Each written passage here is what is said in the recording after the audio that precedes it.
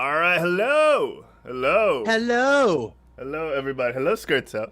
Hello, hello. So I'm Gert, so what's going on, so man? Derek. I'm trying a couple of new things here. Like I mentioned in the Okay. previous show, I got a new IKEA table that goes up and down, up and down. You Oh know, man, I need to if I get that crank it, too, man. if I crank it. Damn.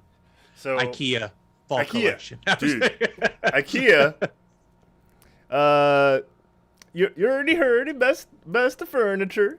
IKEA. Oh, I true. probably Yeah, just look at lost. this. I probably just lost any potential. Canceled. Yeah, we're canceled.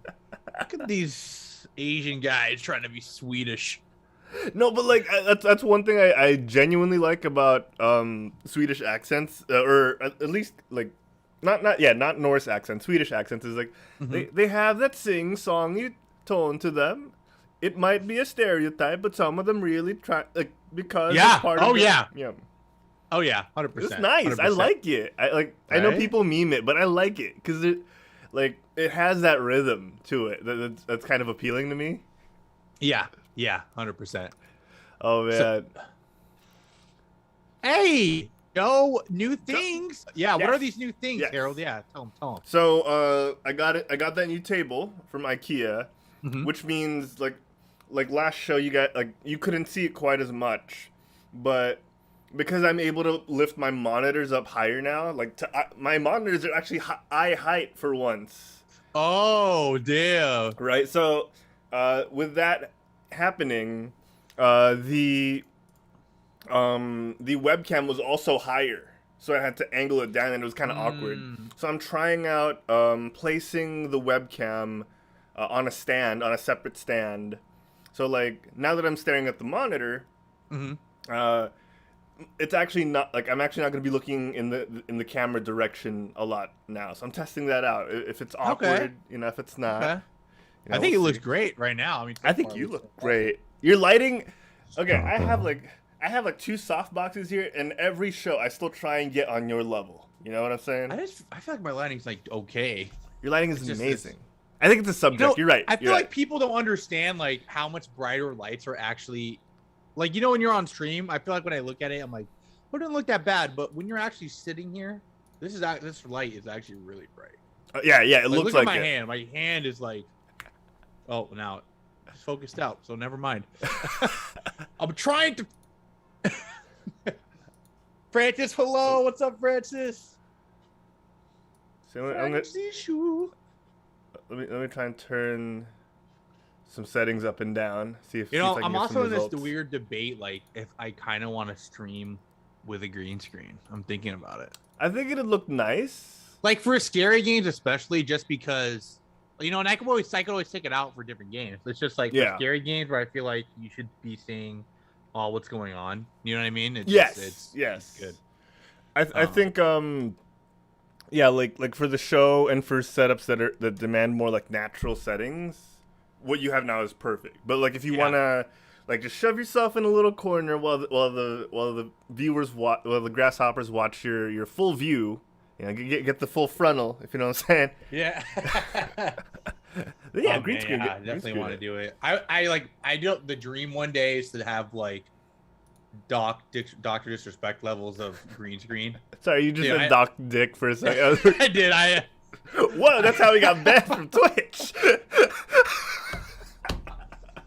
Dr. Epidermis at your service. Yeah, no, I love it. I was trying to say like I love his like all his stuff. It's like he's like, oh, I'll be right back, and you see him like running, and like it's like to scale of him in Yeah. like a room.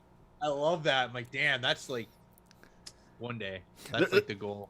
What I remember most from him was I don't know if it was if he did it regularly or if he had it like one or two times and it was just in his intro, but like he was in like a cop car, like he had his just his head in a cop car. Yeah, yeah. Like- I love it, man. I love it. It's so creative. good, man. Super creative. We Yeah, I'm should- wondering like yeah. how his green screen actually like his room. I bet you it's just insanity, man. Yeah, we need to get on that level. I know. I would love to do that. I still have to fix. I have to fix my lighting first, and then I'll worry about that. Cause like you got these natural tones on your face. I look so pale even though we're probably like the same shade of brown. So It's probably just there's some. This would be something wrong with your camera today. I don't know what you're I talking know. about. Look. Oh no, Derek. What's Oh, up? Meet, oh, meet, wow, meet. wow, wow. Oh, Francis said he's just chilling this Sunday. Well, we're Oh, that's happy you great. could chill with us, man. Hopefully you had a good sleep. Hello Yeah, to Gwen dude. for us, of course, too. Yes. Oh, Derek, real quick while Francis is here, I know he Yes. has Back for Blood, B4B as some people say, and a good friend of ours, Erica, who made our TikTok, which we're trying to access. We're said she's playing too. She's playing that and Final Fantasy 14. So there's a lot of overlap there. There is. And a lot of I people, like that. A lot of people trying to convince me to play one, but they're also playing the other. So I'm like, why don't we play both together? So if you're down, maybe sometime this week, maybe we could mix it up in the Back for Blood or the Final Fantasy. I'm down. I'm hella down. But I know I have to, like, for Final Fantasy, I have to get through a lot first before I get to you guys, right? Like, I have to do some dungeons first. Not necessarily. I mean, you can still see us, and we can still help you do stuff. We just can't. Yeah, there's I think you need to get to level 15 for your first dungeon, but it's fairly quick. Especially you have a background in MMO, so I think you'll get there pretty quick. Oh, I know I'm a natural at things, which natural, man. Skirto says, I said I'd stall doing chores, but listening to Quit Stalling helps me get through dishes. Hey, Oh, dude, for real.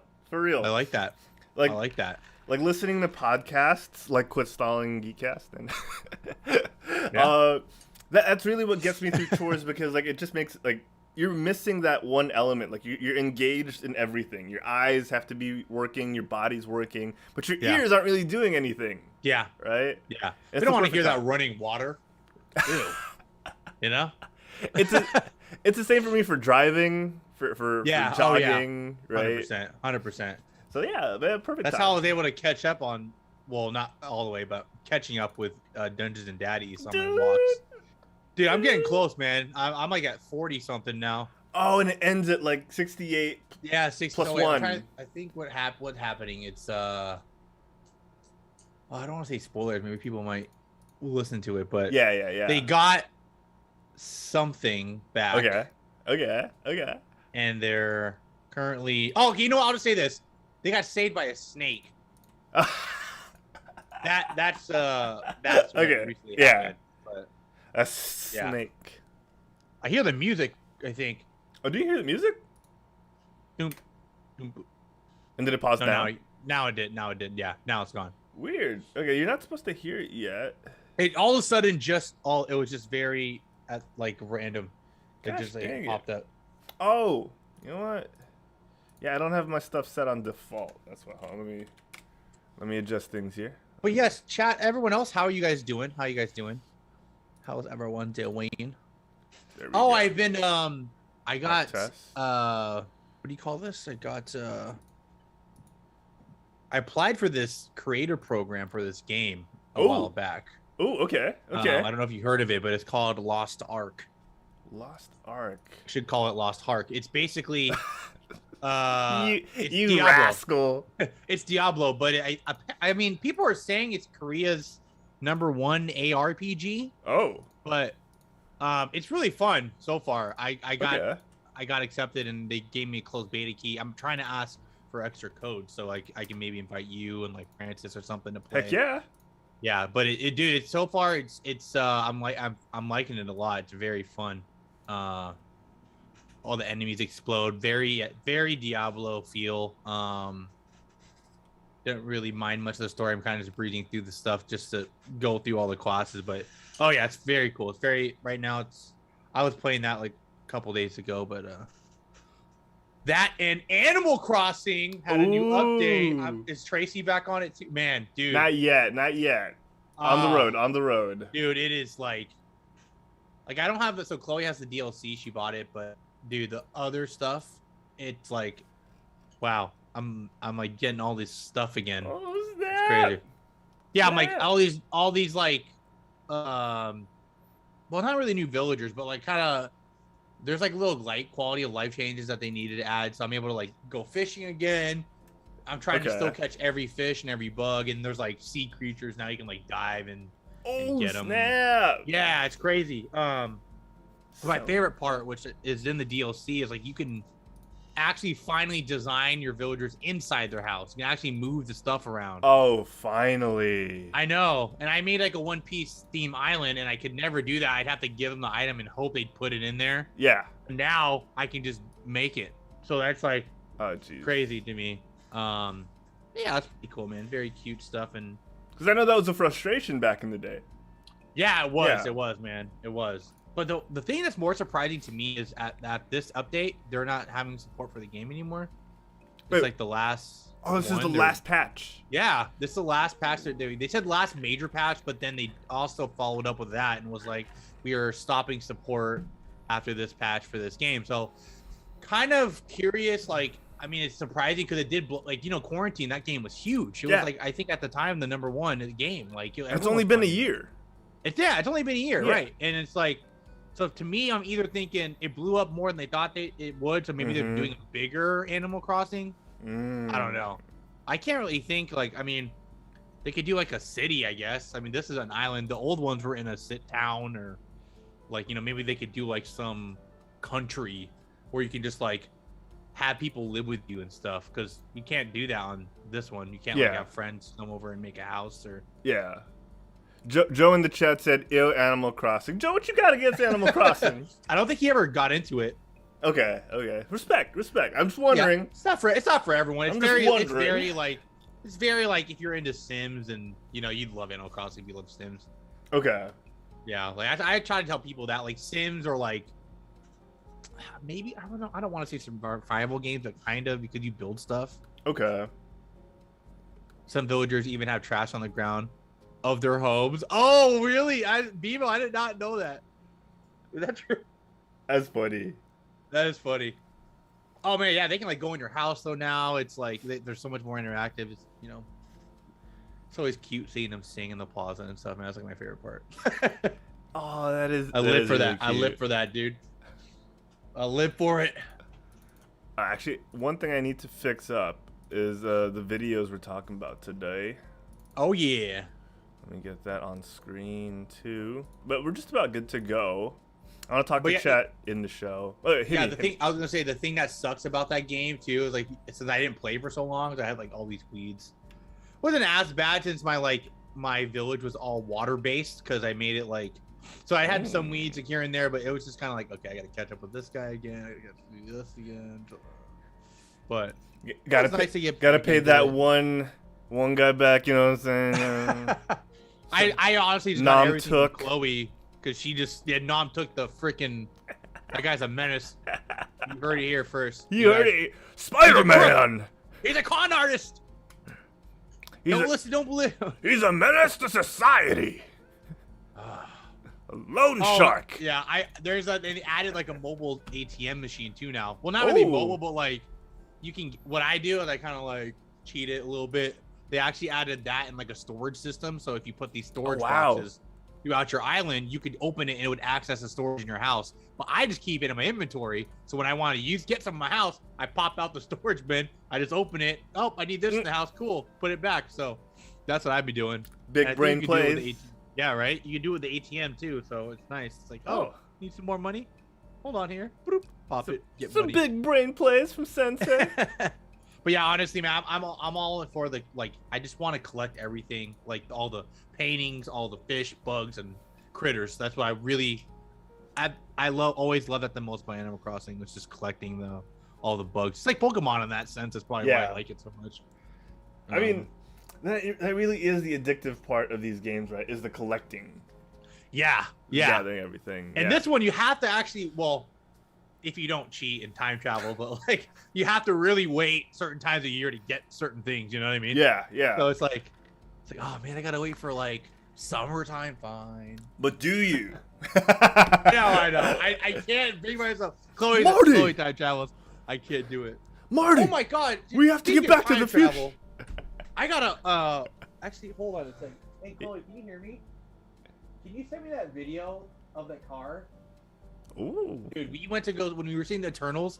Swear to God, this dude had the Back to the Future car driving. No. I was like, yeah, dude. I was like, babe, you got to get that.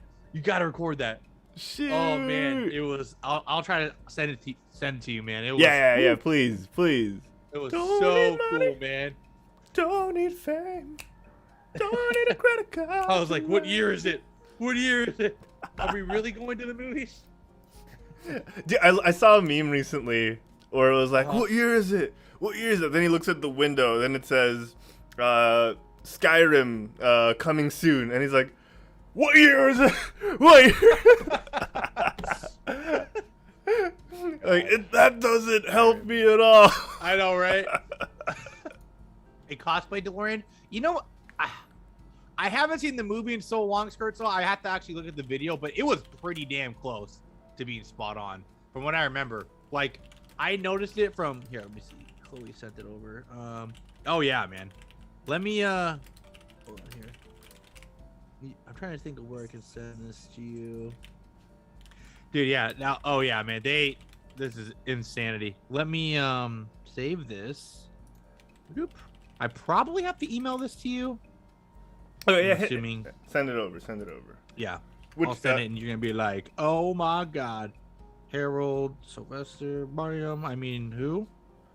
Oh, I just what? sent you a blank. I just sent you a blank message. Don't mind that. I mean, chicky some shady. Oh, that was a test nude. So there's absolutely nothing on that phone. Yeah. It's a test nude. Yeah, nothing to see there. Okay, actually, it's not that. It was only 14 seconds. I was able, actually, might have been able to send you the Discord, but either way, I emailed it to you. Okay. Yeah, man, like check it out. Discord, you know. Yeah, that little video limitation, you know, it's like, sad. They wants the cash. Well, I understand too, because it's not free to get that up there in the first place. Right. The fact that we could send so much to begin with is kind of crazy as it is. Yeah. Okay, let me throw it up on the screen. Oh. I cannot do it through the browser. Oh, maybe because it was What format is this? I just sent it, maybe. .mov. Now, what I'll do is I'll throw it up with what we usually normally use to play our clips for the show. Okay, I'm able to send on Discord, it seems too, so I sent it there just if you want to like look at it real quick. But it's pretty cool, man. Okay, here I'm able to bring it up. Oh, why is it like that? Oh, it's like this is all tiny. Wait, undo. Undoing it. Hold on, give me a sec. Yeah. Oh, we're having some technical difficulties, chat. Don't worry about it. You, sir. But man, I'm just, guys. It's November already. Jesus Christ, man. Fast. It's too fast, man. I can't. Wow. Like, I can't even believe that Halloween was like 6 days ago. I thought it was yesterday. Right? Isn't that crazy to think that was 6 days ago was Halloween? I cannot process that right now. Are you serious? I literally can't even. November's coming, guys. This is weird to me. Like, it's... Well, it's almost my birthday. Well, in a month, but... Oh, my God. You know. Oh, while I'm trying to fix this, Derek, someone wants me to show you Jacob's house in Animal Crossing.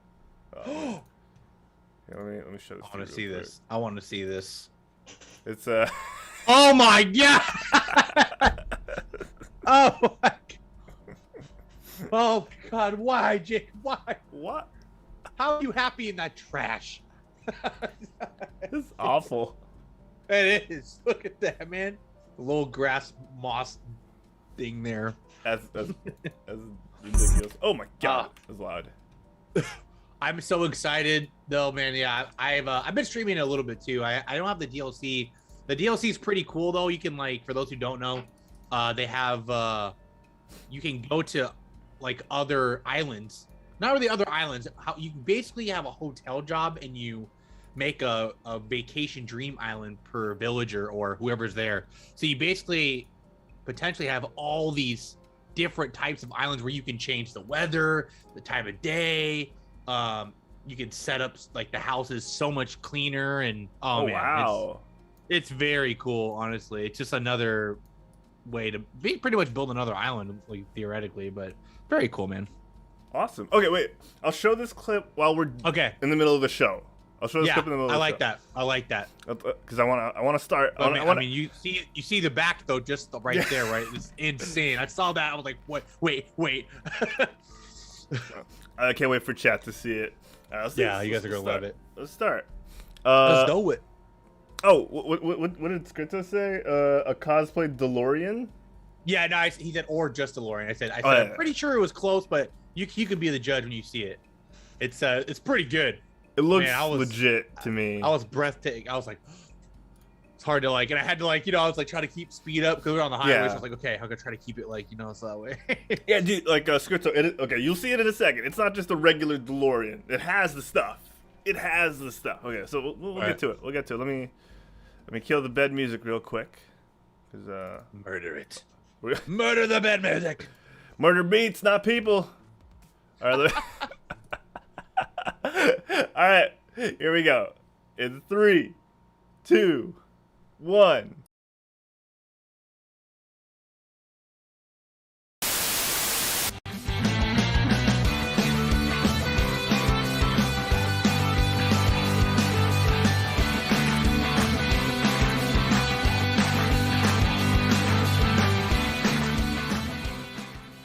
Welcome everyone to the Quit Stalling Geekcast. I am your host. My name is Harold Sylvester, and I'm Tasmanian Devil.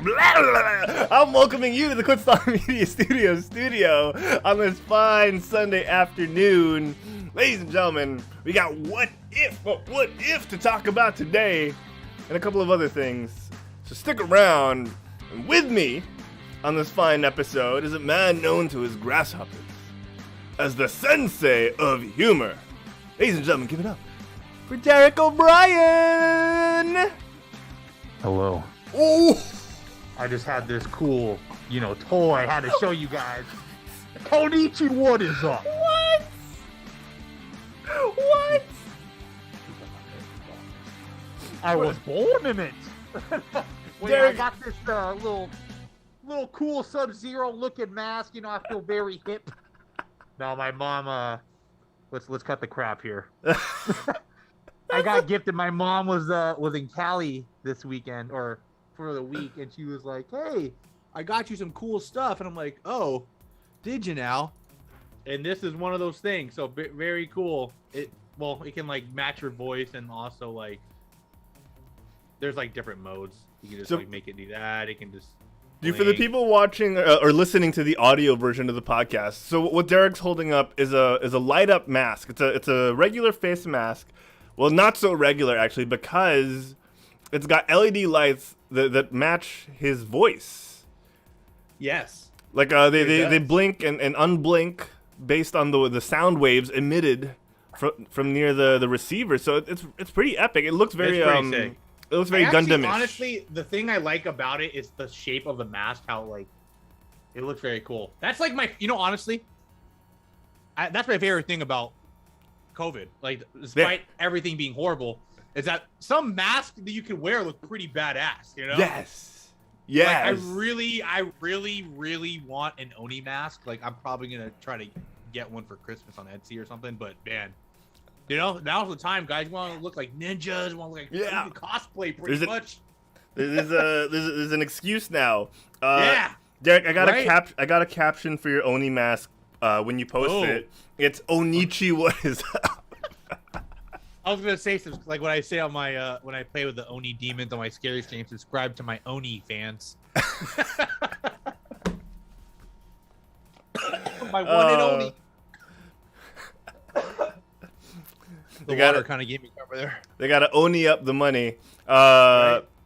Oh, there it is. It's sound reactive. Thank you. It's sound reactive. That's what it is. Okay. Sound reactive. It looks great. Yeah, it's really cool. It has a Gundam either that feel. or a pink one. So I said I'll take the blue one. Thanks. Mm-hmm. Oh, I mean, pink does kind of look cool depending on what you're wearing. But yeah. Right. Right. That one's more versatile. I can 3D print an Oni mask Mm. Why not? We've done it. Why not? We've done it. It's Why pretty... not? What if you 3D printed? Right. Speaking of 3D printing, I like that little teaser. Can't really say much about it in chat, but you know what I'm talking about. I like that.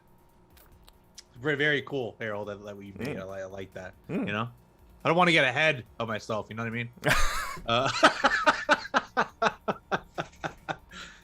There you go, guys. Your one and only exclusive for next. Damn, that's wow, dude. Christmas is next month. It's so weird to say that. Damn, Christmas is next month. Spider-Man is next month. Boba Fett's next month. Mandalorian season 3 is next month. Like, damn, man, there's so much stuff happening. It's fast. Hawkeye is next month. Jeez, man, like, dude, next month is gonna be a good time for show. Yeah, baby. It's ooh. Yes. Ooh. Oh, it's ridiculous. It's really It is, ridiculous. it really ridiculous. It's fast. It's going fast. I got the link for you. For the 3D print. Let me send it to you on Discord as we're going through the sort of show. Derek, to me. Yes. I got a quick cue for you, brother. Hit me. Because as you might be aware, Okay. as we may have discussed previously, Shang-Chi is out on Disney Plus, which means it'll be out for the rest of the world virtually in 6 days. It's about time. It's about time. I'm glad, man. You can finally see it. It's so beautiful. It took too long. It took too long to get to us. So yeah, I know, man. With that being said, Sensei, give us a little bit of that Sensei wisdom. What advice can you give us to make the most out of our first time watch? You know, whether it's preparing beforehand with watching some things, or the optimum snacks to watch at home with. Drop some knowledge on us. What could you tell us? What's ideal? I would say, for Sensei knowledge here, if I give you that knowledge, I would say you don't have to really watch anything. Maybe if you really want to watch something, Iron Man 2, if you haven't already. Just because they mentioned some things that might be, it might intrigue you, but then again, it's not required. Okay. You don't have to. You'll still get it if not. Other than that, yeah, it's pretty much a good standalone. Definitely, I would recommend to watch it on a big screen because as big of a screen as you can, just since the shots and the colors are amazing in the movie, man. Yeah, and I just enjoy it. It's very good. It's beautiful. I did tell this to a couple of friends, but like non-spoiler related, I kind of felt the same way I did after I watched Black Panther. Like, the way this movie was very diverse, and I love that. And it felt so good. It felt so natural in the MCU. It felt natural in the MCU for being a new hero, right? And that's kind of hard to do with, like, especially a lot of other movies. Don't want to stab at DC, but when you throw new people in, it's kind of hard to put them a part of the same universe. But Marvel did a good job with Black Panther. Hell, they did it with Spider-Man. They threw him in the middle of a Civil War movie. So yeah, man, it's a beautiful movie. It's good, like, Asian representation too. Oh man, which is what a lot of people were kind of raving about when it first launched in theaters in the US. Yeah. Oh yeah, man, it's beautiful. I loved it, and then I watched it twice. For that's how much I liked it. Dang, man. I would just say watch it. Any ideal snacks, would you say, to be in theme? Snack. Ideal snack. No, you know what? Anything, maybe, Twinkies, just US snacks, I would say hashtag not an ad, but, Gatorade, I don't know. Gatorade! No. Derek, we're changing up our pace, Derek. We are shills now for G, no sugar, baby. G no sugar. Sugar. Not for me. Yeah, BMO said, get some Shomai. Yes. Have it up, man. That's what I was thinking. Like, if they ever are we thinking dim sum in there, like. That's what I was thinking, right? Like dim sum. It is, it does take place in San Fran a little bit, so like some noodles. some noodles, you Some know. noodles? Yeah, like some Shomai. takeout noodles, some shawmai, some dim sum. Okay. Hey, shomai would have been nice if I had that. I wish they had that in the theater. That'd be kind of sick. You know, just eat it. That's what I do miss about the Philippines is that you could order like food. Yeah. Yeah, dude. When I first, so for those who don't know, who might be like Whoop and Joe, who was watching, man, like I was shook. So you go there and it's in the mall, right? The movie theaters, and you can go like to a Wendy's, hell, any food store, and they ask you, "Hey, are you watching a movie? By the way, we can bring the food to you in the theater when it's ready." Or I'm like, "Yes, please." Like I thought they were playing with me, but no. And then they actually come in the theater with a flashlight. They look for you. You just tell them what seat number, row number you are. Oh man. I was took it away because you can't bring food from the you can here, but it's frowned upon. It's frowned upon, you know. But yes, there it's very accepted, and it's very accepted enough where all the stores around the theater kind of work together and just like, oh, you got food, come on in. That's cool. Yeah. Because they get it, right? Like that. Here, with one or two cinemas aside that are kind of like Directors Club exclusives, like in a mall chain we have like SM, where they actually don't allow outside food, but that's mainly because like they give you like popcorn and a bit of an experience inside once you get into the Directors Club. Yeah, I think I've been to that. They have like a button, right, and they actually bring like a menu to you and stuff. Yeah, okay, that's cool too. They have those here, but you know, aside from that, like the malls kind of get it here. Like, oh, you know, you can get food from anywhere in the mall to bring into our theater. Like, because I know, because they're connected to the mall themselves, so they get that. You know, you're not really taking away from the profit. If anything, you're adding to the experience. So yeah, that's one thing I really appreciate about theaters here. Yeah. Oh yeah, man. I mean, I missed it, but at the same time, there are theaters here that offer it. It's just really expensive. That's why I missed it in the Philippines because it's cheap. The prices don't matter.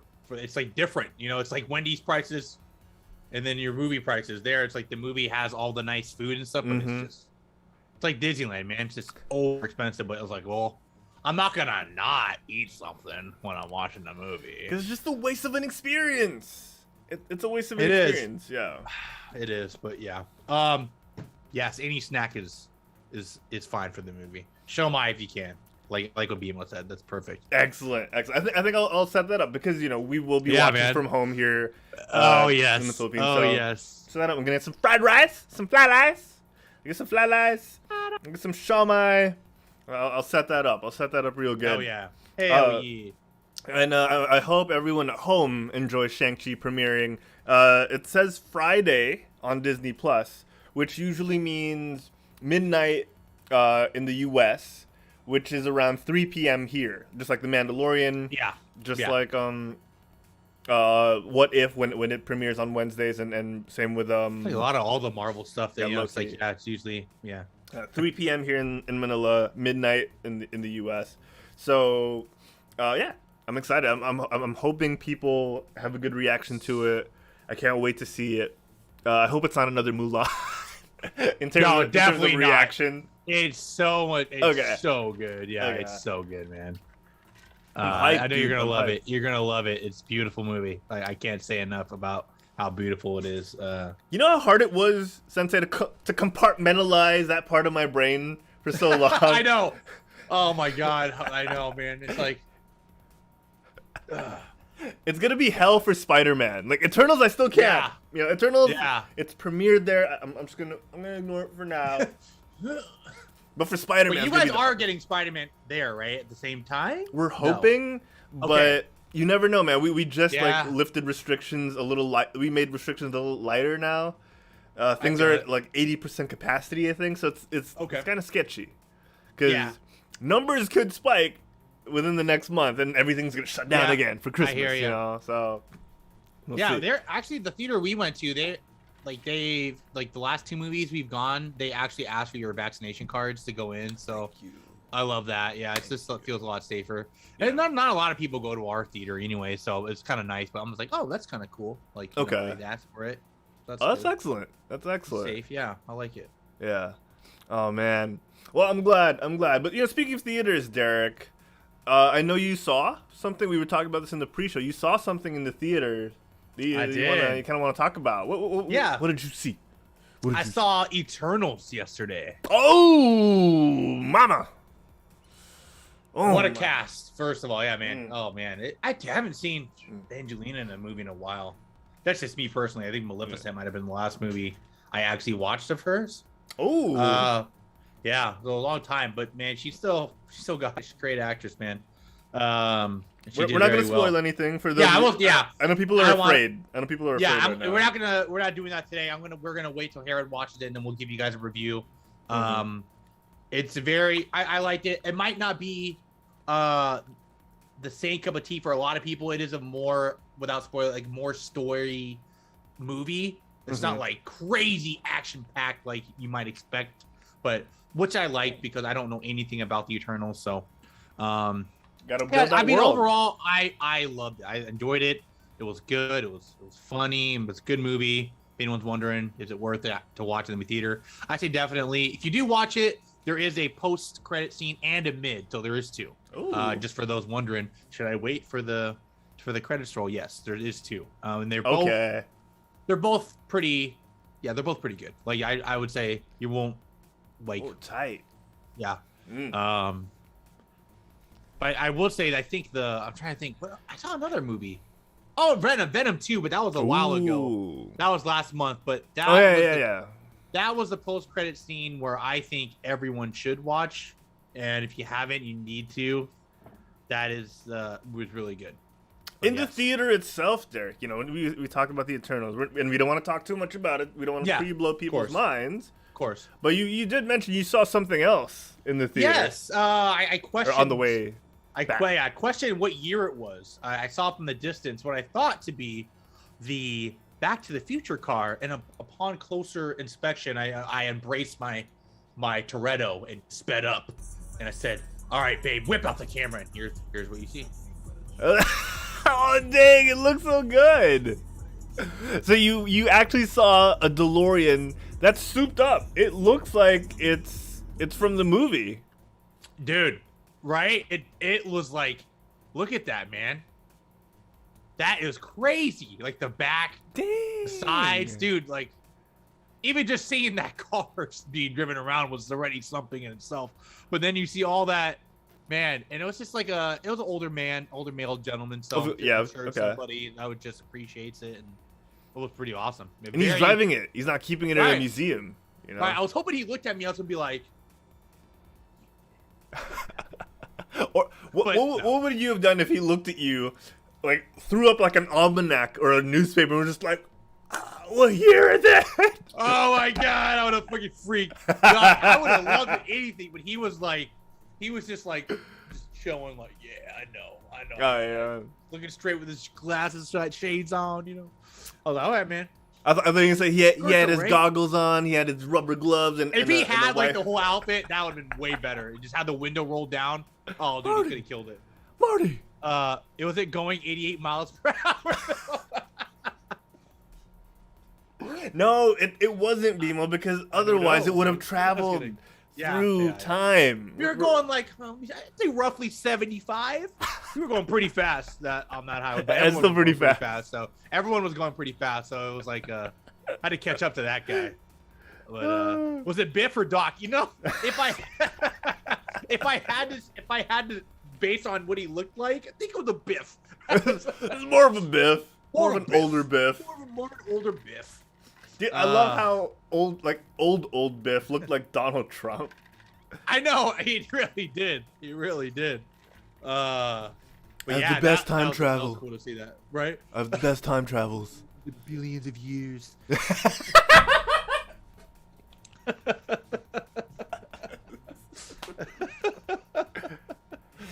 My time travel is so much better than all the other time travels. All right. You know, it's so much better. You know, and we're gonna beat all the other ones. Yeah, all the other travels, all the time travelers. Yeah. Oh man. We call them TTs. Time travelers. Okay. That's awesome though. Like that's I know, it was so cool to see it. It must be so nice to just drive down the street and see an icon of pop culture. Right, I know. It was just like so surprising. Like, and we watched this on a Friday afternoon, like at 12. So like, Ooh. I was very Midday. random time to see. Yeah, midday. So I mean, pretty cool though. Very awesome way to start the day before watching the movie, I guess.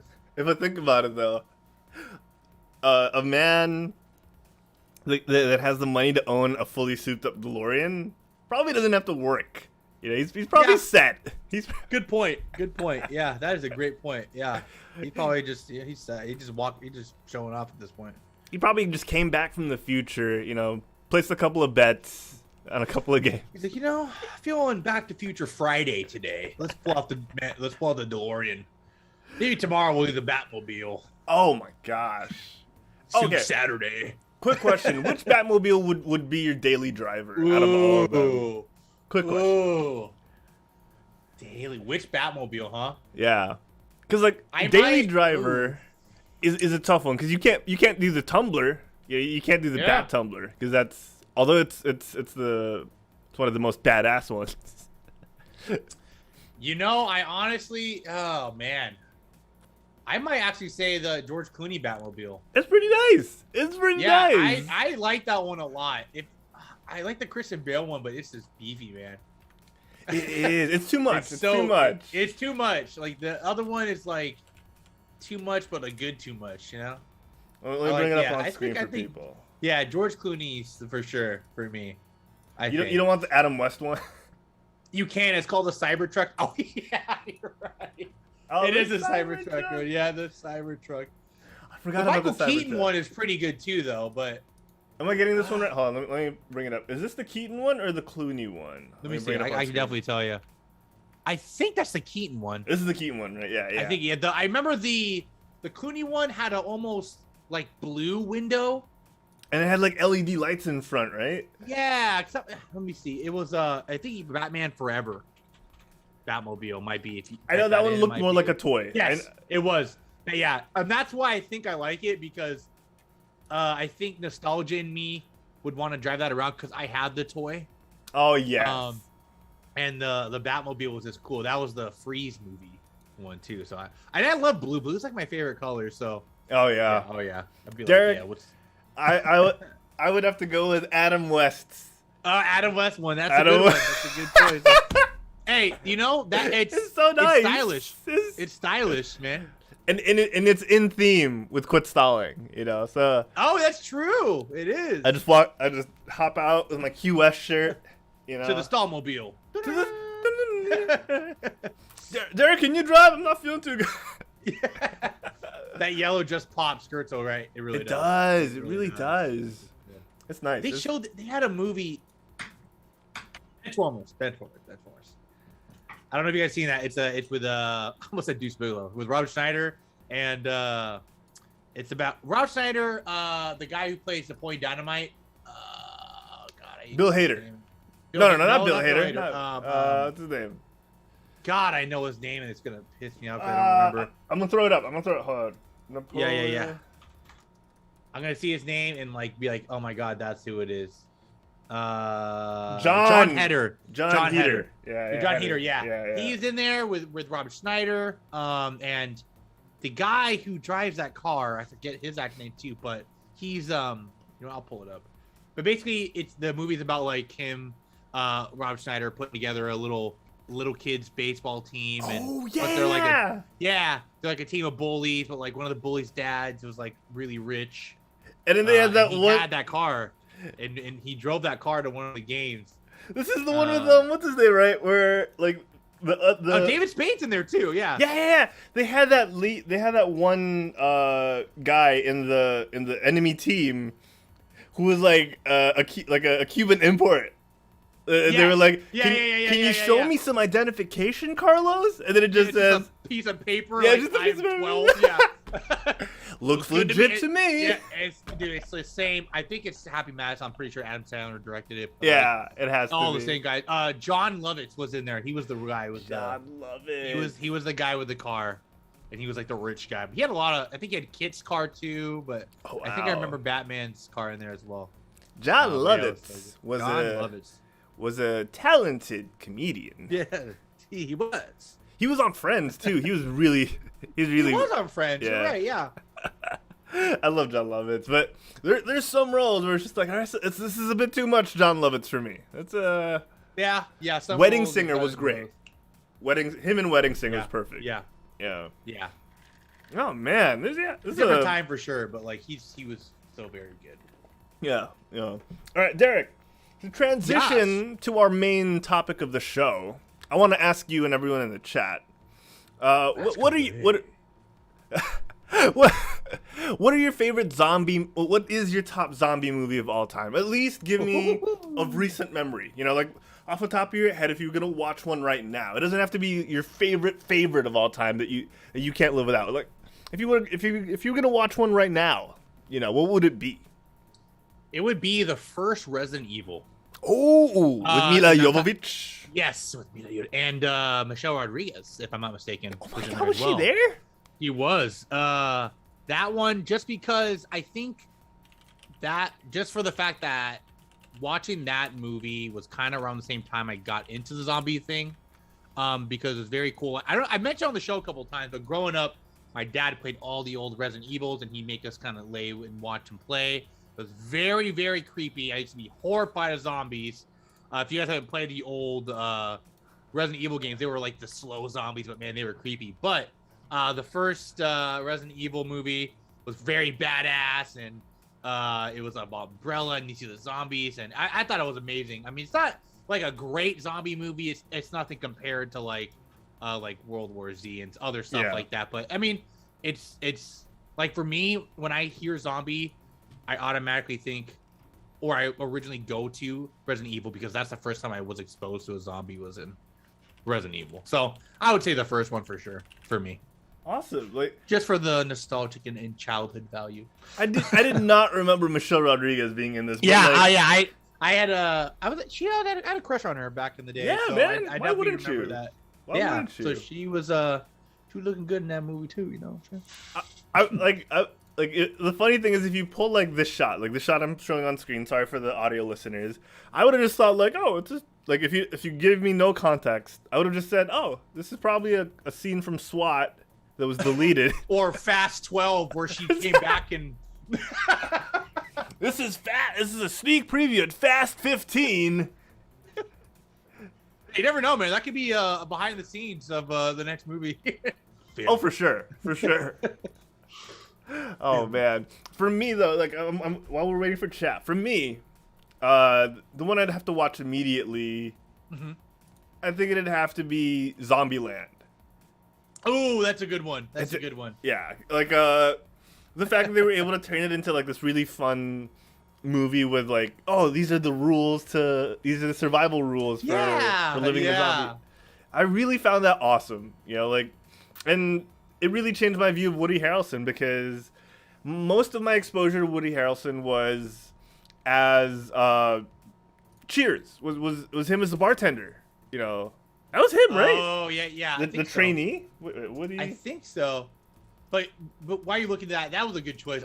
Emma Stone is my top three celebrity crush. So man, that was a good choice. But I like what you said. Yeah, I never thought like you could do a zombie movie with a comedic twist, but they did it very well, obviously. Right? Yeah, man. Yeah, he even played his character's name was even named his character was named after him, Woody Boyd. So he was on Cheers. Like, yeah, that's what I thought. I was gonna say, I'm pretty sure it was him, but he had hair. Yeah. Boy, what a difference a couple years makes. And I loved his accent. I loved how he was really leaning into the whole Tallahassee character. It was great. Yep. And lots of unexpected surprises from this. Yeah. And just the way it was edited and shot, it was great. It was. I actually procured it last night, and because I was writing my notes down for our What If episode today, and I was just like, yeah, I'm gonna watch Zombieland after everything, Nice. So I'm can Get your Mountain Dew Code Red because they do mention that in there. I remember that. Oh, they do. And oh no, I'm gonna crave Twinkies. Oh no! You're never gonna find him. I'm sorry. Oh man, No balls will do. That was like his holy grail, right? What was it about know. Twinkies? Like they had a longer lifespan because they were all sugar or something. They were pure sugar. It was something like that. I mean, they were like, they're all processed, so I'm sure they kept finding snowballs instead. I just thought it was funny. And he was so pissed. I know. Snowballs are pretty good though. I mean, I'm not gonna lie, they are pretty good. I remember eating those before. They like coconut and it's like a coconut Twinkie, pretty much. Ooh, dang man! If I wasn't so conscious about sugar these days. Yeah, I do. I can't remember when I had a Twinkie. I mean, surprisingly, last one I had I was a kid, man. And I just feel like it's because there's just so many other things you can eat. That's true. You know? That's true. A lot of things that actually, like, now that we're older, we know they actually taste better. Yeah, like, like a Twinkie's a good snack, but like, if you think about it, a Twinkie's not like that great. It's just like with bread with like whipped cream in it. Like, it's just kind of like. Oh, well, let's not knock bread with whipped cream, though. Let's not. You're right. I mean, not, but I'd rather get like some more gourmet. Oh, caviar. Something. Bakery cannoli or fucking. We're feeling bougie today. We're feeling bougie today. Yeah, it's like something. I don't know. For me, like usually, I get like something nicely, freshly baked. Ooh, that's true. Some nice buns. You know what I mean, Harold? Oh, I'm all for the buns. Yeah, some hot buns. Like okay. Before we move on, like a Danish for me is actually a good example of like something that would be tasty. Yeah. Oh. Holiday season's coming up too, man. It's almost Christmas. Danishes are coming back around. Ooh, yes. Yeah, baby. All right. Yes. So the reason why I asked about zombies is because we're about to dive into a world of mysteries. Derek. Yes. Why don't you tee us off with first of all, spoiler alert, ladies and gentlemen. Yes. Spoiler alert. This segment, as well, is brought to you by Panel's Comic Book Coffee Bar. Yes! Check out our friends at Panel's Comic Book Coffee Bar. Now that restrictions are a little looser in America, head on over to 713 Mission Avenue, Suite A, Oceanside, California, and check out our friends over at Panels. Tell them Quit Stalling sent you. Our good friends Lachelle and Aries might be there, It's Lavrano. The Lavrano says, the little one is on the way, so give him a little visit, say hi, and tell him we sent you, and give him a little love. Get your fix of comic books and coffee as well. And Derek, if people want to get their comics at home, if they don't want to leave their homes, where can they go? You guys can go to leagueofcomicgeeks.com. Again, for the audio listeners, that's leagueofcomicgeeks.com. I'm going to place it here in the chat for you guys. For those maybe wondering, you guys can order online. You can have them shipped out to you. It's very easy, guys. The site is super, super user-friendly. All you got to do, make an account, choose your comic book store. I personally have Panels. I do live a bit far away from them, but they can send it up to me. It's pretty cool. I can get a whole bulk of comics sent out. I can send them one at a time. It's really up to you. And that's not the best part. The site has all these cool topics, guys. Like things, trending topics of the week, things upcoming. It's very cool. Get on there. Again, that is leagueofcomicgeeks.com and get those comics pulling, baby. Derek! That's the perfect segue because we're talking about a show that spawned from comics. You know what I'm saying? They came from the loins of the imaginations of people who wrote comics. Today we're talking about Marvel's What If you guys hadn't seen it yet, above our heads, if you're watching the video feed. So, Derek, with that being said, why don't you intro us a little something into today's episode? Let me tee us off here. Trying to think of a good zombie pun, but I can't. So we're just gonna. I love how the episode title is just "What If Zombies." I love it. I love it. It's not like before we had like "What If Doctor Strange lost his heart." No, just "What If Zombies." Simple, effective. So as the title kind of says it's literally just a show all about zombies. However, a lot of your favorite heroes are the zombies, such as Tony Stark, Captain America, and I am just drawing a blank at Doctor Strange. Doctor Strange. You have a couple of people who aren't zombies, and it seems that they are trying to, I don't want to say save the world, but they're basically trying to save what they can. And I know you have Happy there. You have Pepper Potts, if I'm not mistaken. No. You got what's his name? What's his face? Hope. What's her face? Hope. Hope, Yes. the Wasp. Yes, Wasp and Hope. And yes, it does start off with that's Banner, I believe. Yes. Yes. Yeah, and you see, they're here, and then you see, okay, this can't be zombies because they're doing moves and stuff. Tony's using his blaster ray, and you see Strange using the whip, and then the fog disperses, and you're like, wait a minute, something fishy's going on here.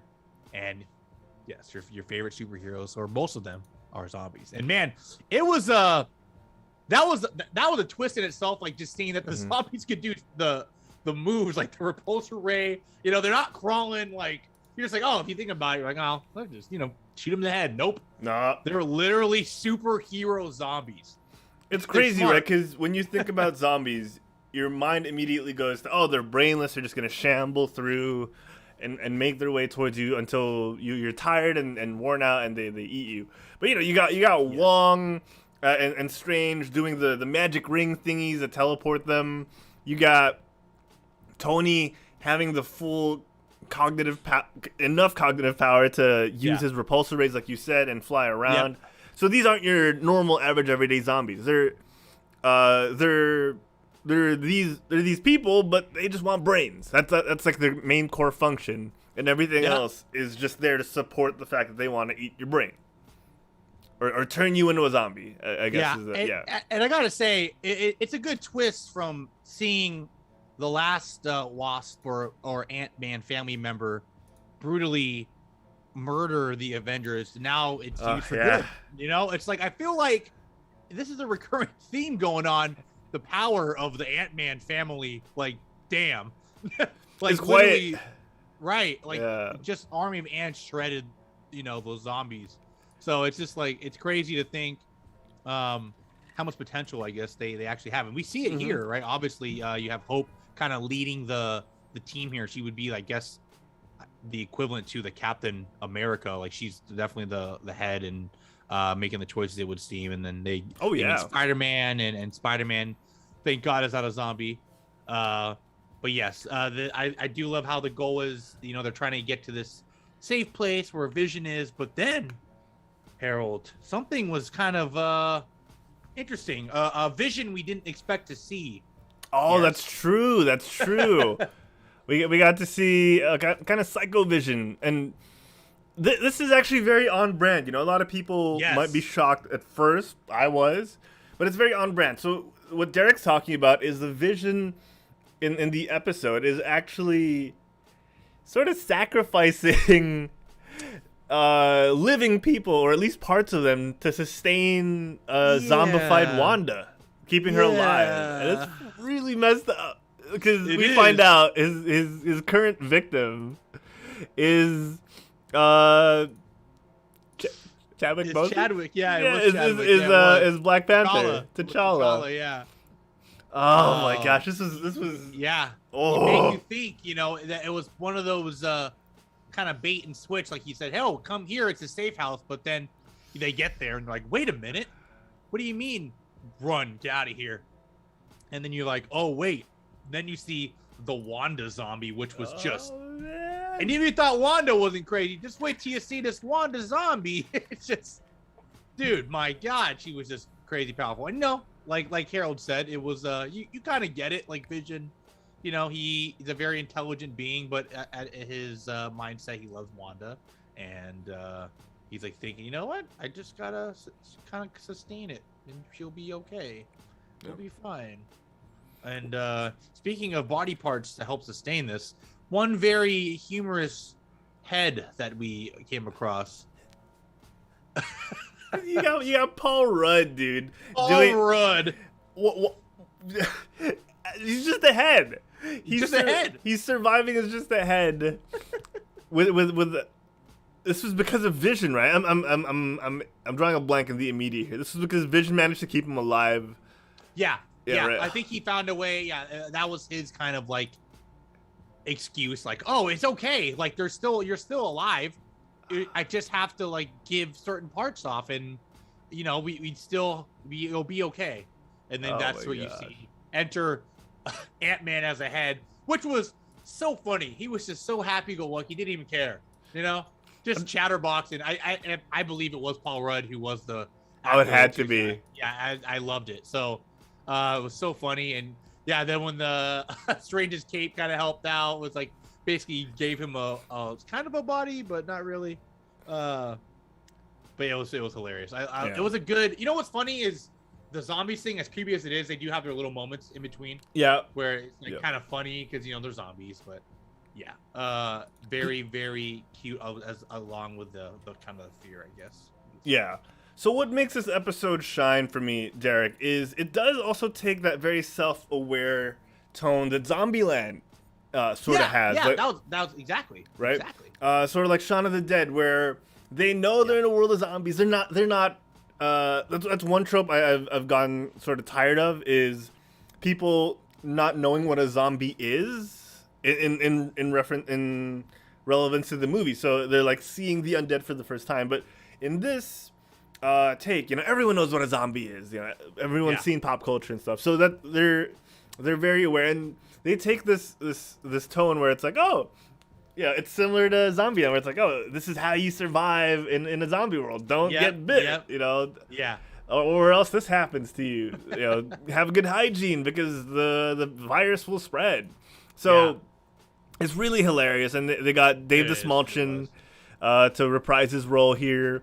Who he played Polka Dot Man in the Suicide Squad. I love this guy. He did. He's a lot more clever than people give him credit for. He's a great guy. Oh yeah.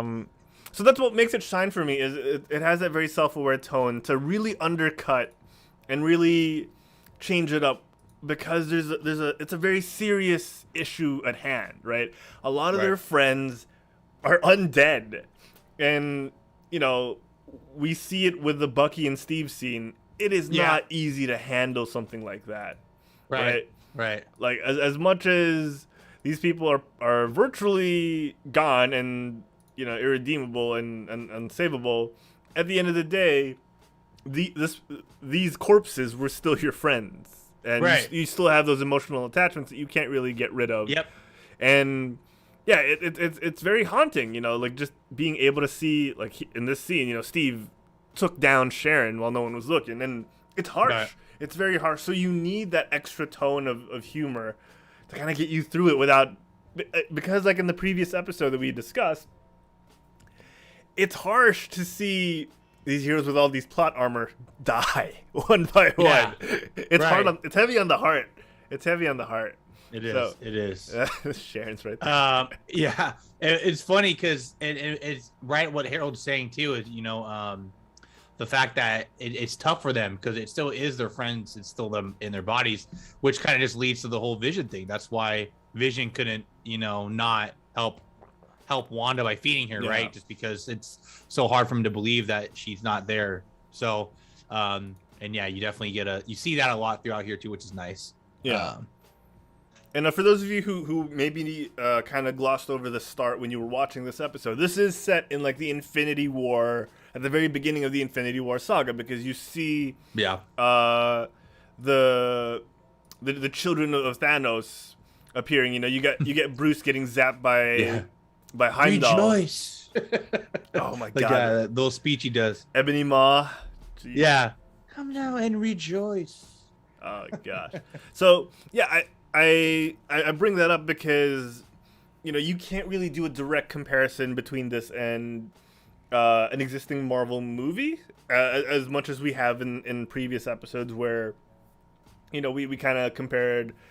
We were able to compare First Avenger to the first episode of this with Captain Carter. We were able to compare the previous episode with Ant-Man with Hank Pym taking out the Avengers to the original Avengers movie. Yeah. We were able to kind of do that a little bit, but here not so much, because the focus isn't the timeline. The focus is more on the people and the fact that the whole world has become zombies. It's a very different problem in that sense. So yes, you can't compare it to the fact that everyone got snapped at the end of Infinity War, but here everyone got zombified. But it's not the same thing. It's not a one-to-one comparison in the strictest sense.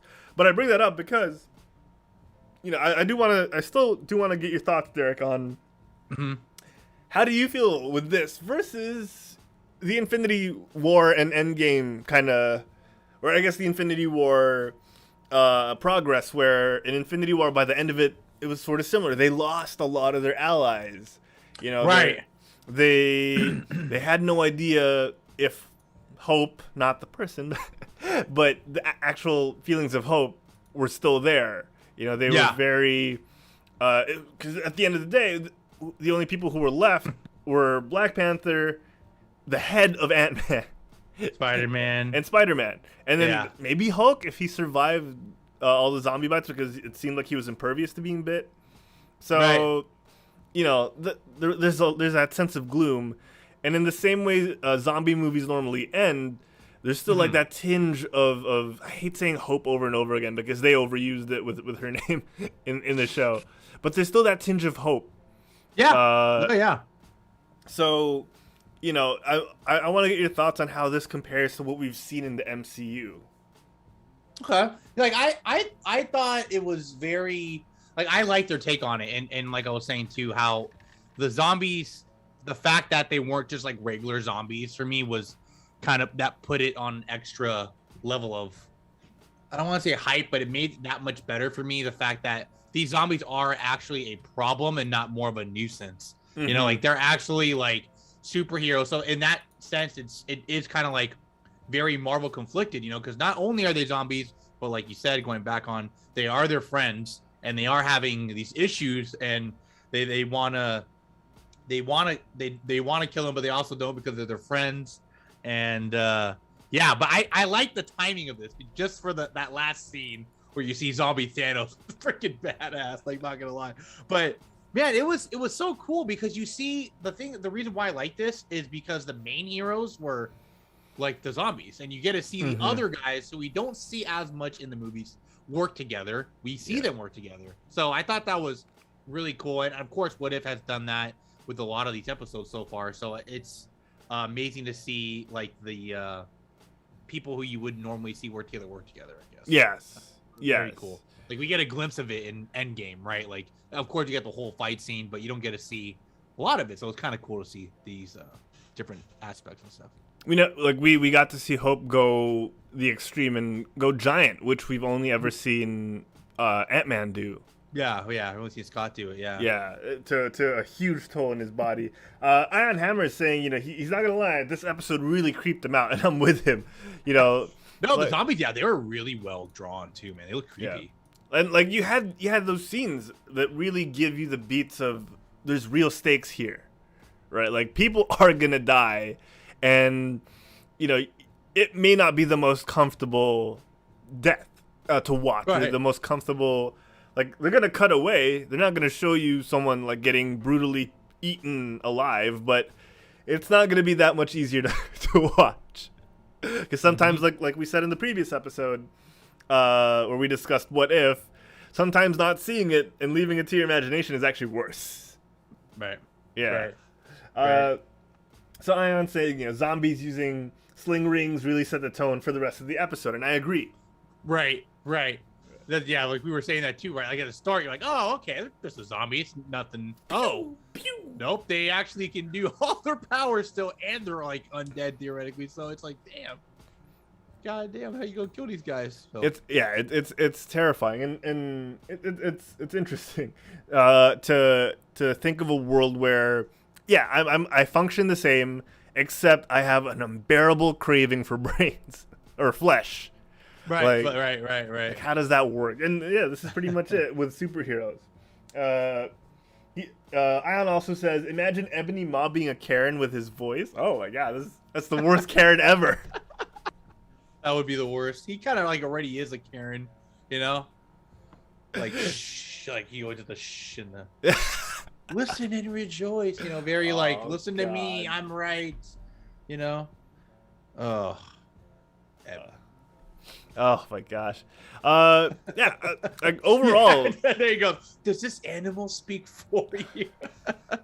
Oh, you're so right. Oh man, that's hilarious. That's hilarious. Yeah. So, Derek, any key scenes that stuck out to you aside from what we've already discussed? You know, the Wanda scene we've discussed. Yeah, I would say the Wanda scene, if not like it's not really a scene that stuck out, but the Thanos thing was pretty cool. Oh, More yeah. of that, I just wanted to see like what it would, I want to see like, I would love to see a Thanos zombie man with a Infinity Gauntlet, would be sick, but no, sadly. But yeah, I think other than that, the Wasp going giant was pretty cool. That was epic. That was epic. Yeah, And it was epic. She did what we would, it's what if, right? She does what we would say, like, why didn't they just do this? Where she puts everyone in her hand, she walks over every zombie, and then lays them down safely before she gets zombified herself. She also did what I thought Ant-Man should have done with Thanos, was like she went inside of Sharon's body and then expanded, and it just blew her up from the inside out. That was messed up. That was but brutal, yes. but like, yeah, you know what I mean? Like, yes. I mean, I guess in Ant-Man's sense, no, he could just go giant. I was gonna say he could go normal size, but he'd probably still be small because Thanos is huge. Yeah, he's got to go bigger. He'd have to go big, right? Yeah. Like, just go giant, but you don't know. What yeah. if? What if? For zombies, it works, but yeah.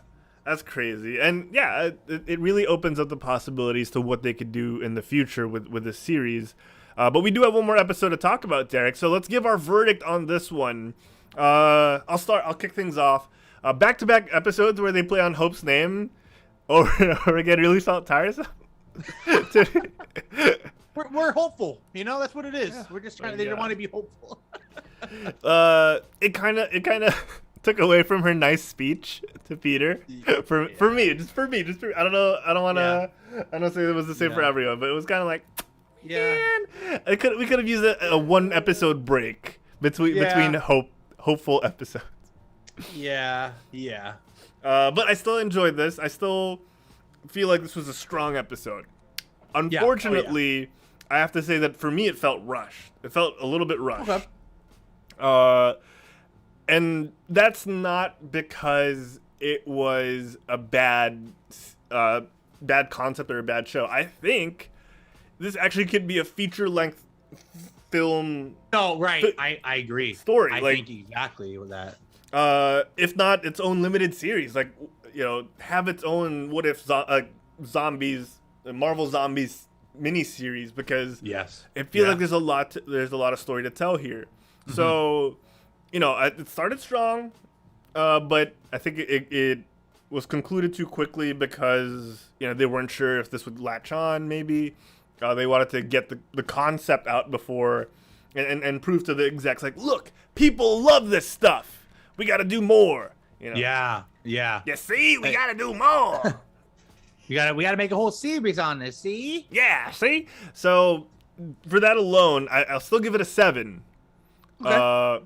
But I think it could be more. 7 brains out of 10. 7 brains out of 10, because this is enjoyable and it makes you think like every other what if so far. And yeah, I just feel like there's more to this that they could have explored that they weren't able to, But as a standalone episode of What If, 7. Yeah. How about you, buddy? I was gonna go an 8, but I think 7 is good. I actually, based on what you said, I kind of. Oh no! Don't change it because of me. No, but I like that. The fact that I would give it a 7 is because the fact that I would have rather have seen this as a series than a one shot, right? Mm-hmm. Yeah. Mm-hmm. And I think the fact that not that I didn't like the Thanos thing at the end, but going on that later episodes, you guys will know more of what I mean. But I'd wish that was expounded on more a little bit, or it was just a little bit. Yeah, it's a little bit more. I would have loved to see the whole story. How did it start? How did the zombification process begin? Ooh. Or who was the first zombie Avenger? They did mention it, right? They mentioned that it was because when Hank and Hope went into the quantum realm, that's right, and came back out. Okay, they brought a virus with them. That's right. That's right. Yeah. Okay, so maybe I guess more on the drag that out a little more. Give us more of the spread. More on the idea of seeing it. I would have loved to see the whole, because that's a good story, man. Yeah, just zombies. zombies is already a good topic. I mean, it's hype. You can always do It zombies. is. Marvel included, man. Oh man, you could do so much. So yeah, I would definitely think 7's good. Solid 7's good for me too. Excellent. Excellent. 7 brains. 7 brains out of 10. Chat, let us know how many brains out of 10 you'd give this episode. Yes. Ion just dropping amazing. He says, imagine the gestation period of the virus in the quantum realm. That's probably quick. That's probably like instant compared to our realm. That's true. He also said, Hope did the same thing the old lady from Dante's Peak did when she hopped off the boat. No. Oh, I haven't seen Dante's Peak. What is this in reference to? Let me paint the picture for you. So Yes, there please, was a volcano, or it was erupting. If I'm not mistaken, Ion, tell me if I'm wrong, but the gist of it was they had to get to safety, get across this river, which had like lava in it at the bottom, so it was boiling hot water, right? And they had to get this boat over the other side, but it was melting while it was going there. And at the same time, I think they either realized it's gonna melt by the time we get there, or something happened where the engine got burned off, so someone had to get out and push, and she took it and she freaking pushed, and her legs were like burning and like disintegrating, and yeah, I'm pretty sure. I think she died. I'm not sure, but it was sad, dude. Like, she did it for the family, man. She pushed them. Yeah, see the lake, the water turned like acidic, like just boiling, and she was in it, just like, oh, I just remember you can hear the sizzles, man, when she was like walking. I was like, no. Exactly what Hope did. Yeah, you know, there's no way out. Just gotta save the rest. I'll be the sacrifice. So yeah, that was good. I was like, just remember that picture in my head. If I'm not mistaken, the main guy in that movie was the older James Bond after Sean Connery. I do forget his name, but God, what's his name? Not Daniel Craig either. The one right this. Before Daniel Craig. Pierce Brosnan? Yes, Pierce Brosnan. Thank you. Yeah. Pierce Brosnan. Yep, he was. Yeah, Pierce Brosnan was the dad there. Dang. And I think, yes, the actress from Terminator was the mom. Oh wow, Sarah Connor. Yeah, Sarah Connor was the mom, I believe. OG. So it was a good movie, man. It's just like it's just about literally a volcano going off, and I think their family surviving. But it was good. Wow. Okay. Good, okay. Very sad, obviously. But Dante's Peak. Dude, it was those it had to be done kind of scenarios really just make me squirm. Yeah, like you really don't like the choice or circumstance, but it had to be. Yeah, exactly, man. You said it, Iron Hammer. That's it, man. Well, obviously, right. Like, dude, the whole thing could have been so much more sad if we like had a whole story behind it, right? Yeah. It was still sad. Don't get me wrong, but like, you know, but yeah. Oh man. All right, this one, Derek, episode 5 of What If. Set us up for this one. Set us up for this. I want to kill your mongering on other things that you might think of. I can't think of any Killmonger puns either. Don't want to cheat a way out of this one. All right, we'll go with that. I don't know if Killmonger's a cheetah or a jaguar, actually, so I could be wrong. I don't know, but he's a panther. Yes, he's still a panther. Yeah. He's still a panther. He's this is what if Killmonger save Tony Stark. Rescue Tony Stark. Yeah, rescue Tony Stark. So it starts off in Iron Man 1. He's in the car, the same exact audio lines, I want to say. It was re-recorded though. They had not what's his name? They had the not Robert Downey Jr. re-record the lines. Yeah.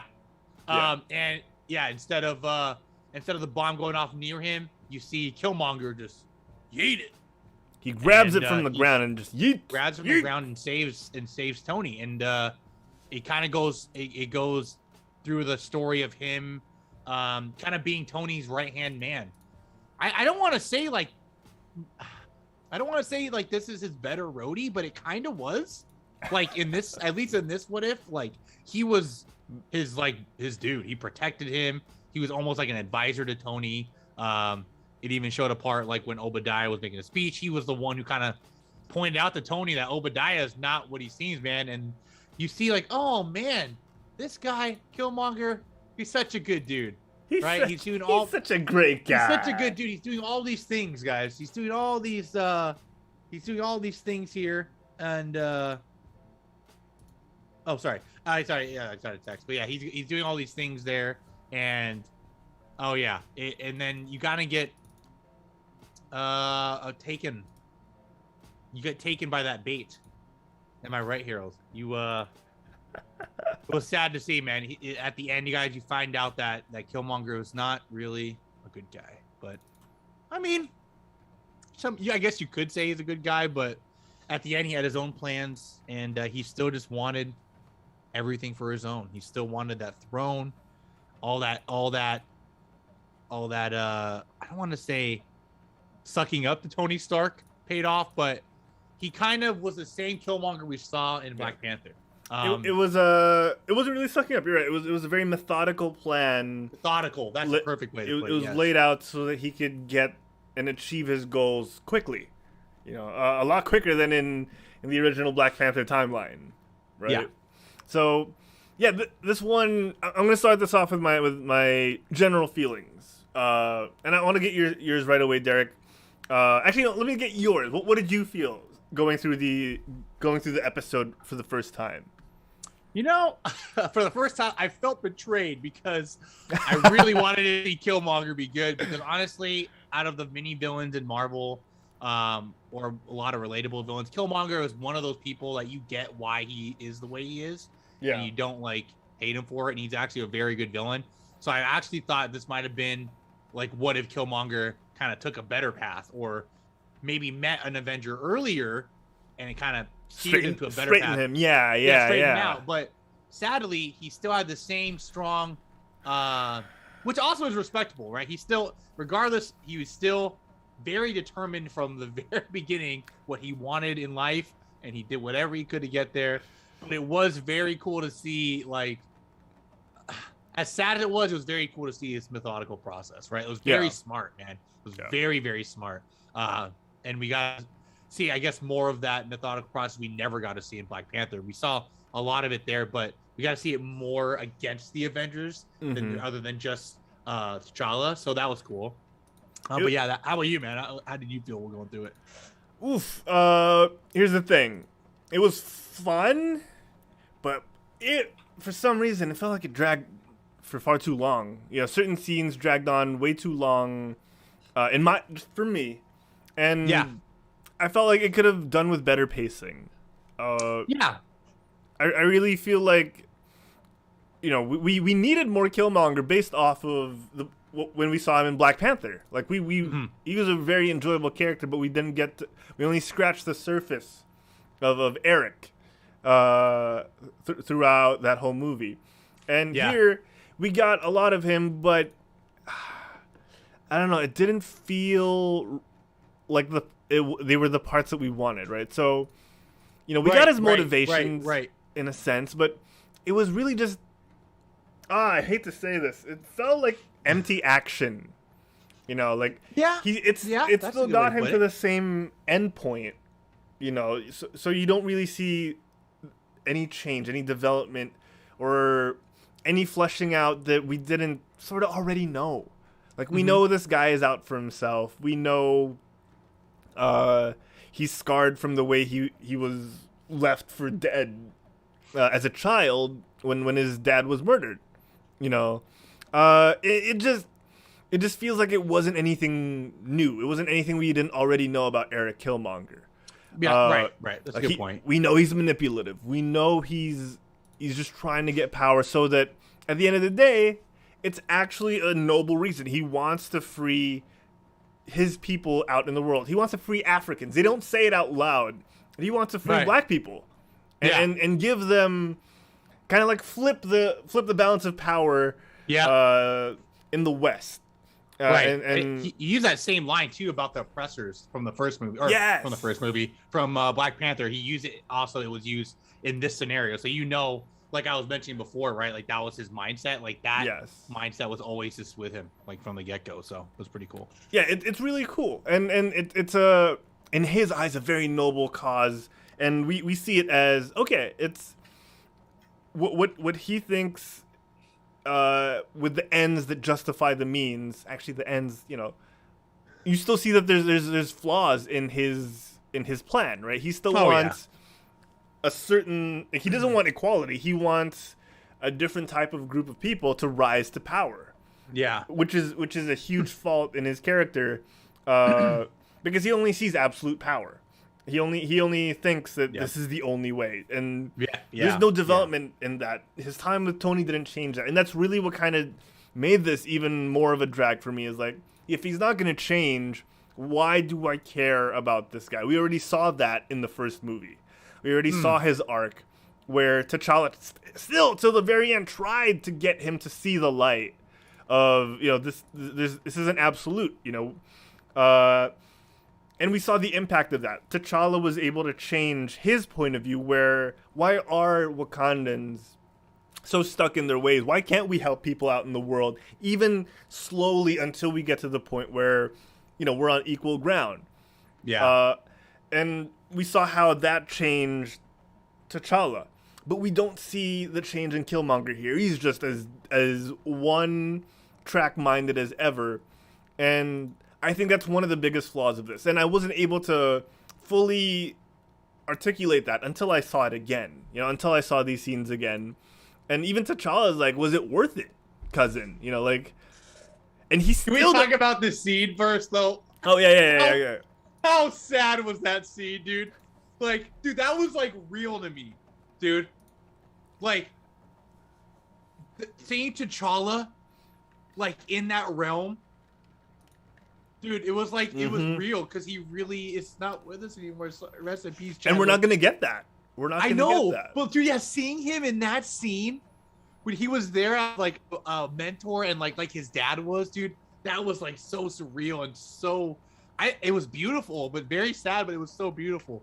I was like, damn, man, that was touching, man. It was so, like, and I don't know if he actually, I think it was Chadwick who did those lines too. Yes, he did pretty much all his lines.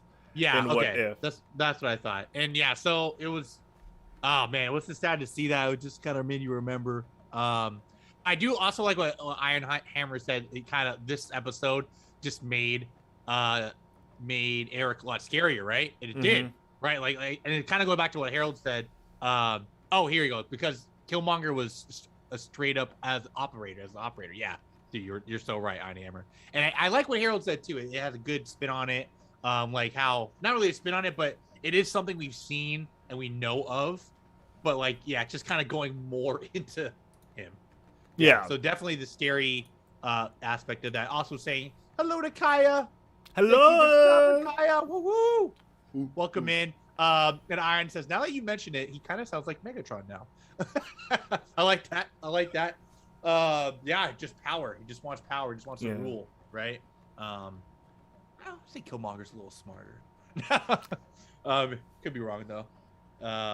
But yeah, man, it's I like what you said though. That's a very good point of seeing basically just more of Killmonger, and it's like what was really different about this episode that puts him apart, right? Yeah. Oh yeah. Yeah. And I think there's a lot missing from this in terms of... Yes. We got the fluff. We got the fun, like, okay, there's references to Michael B. Jordan himself here where, I'm just really into anime, like, because it looks like a Gundam.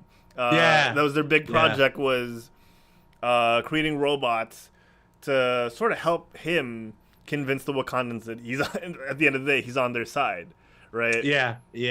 And he really just throws away that Tony Stark mentor-mentee relationship.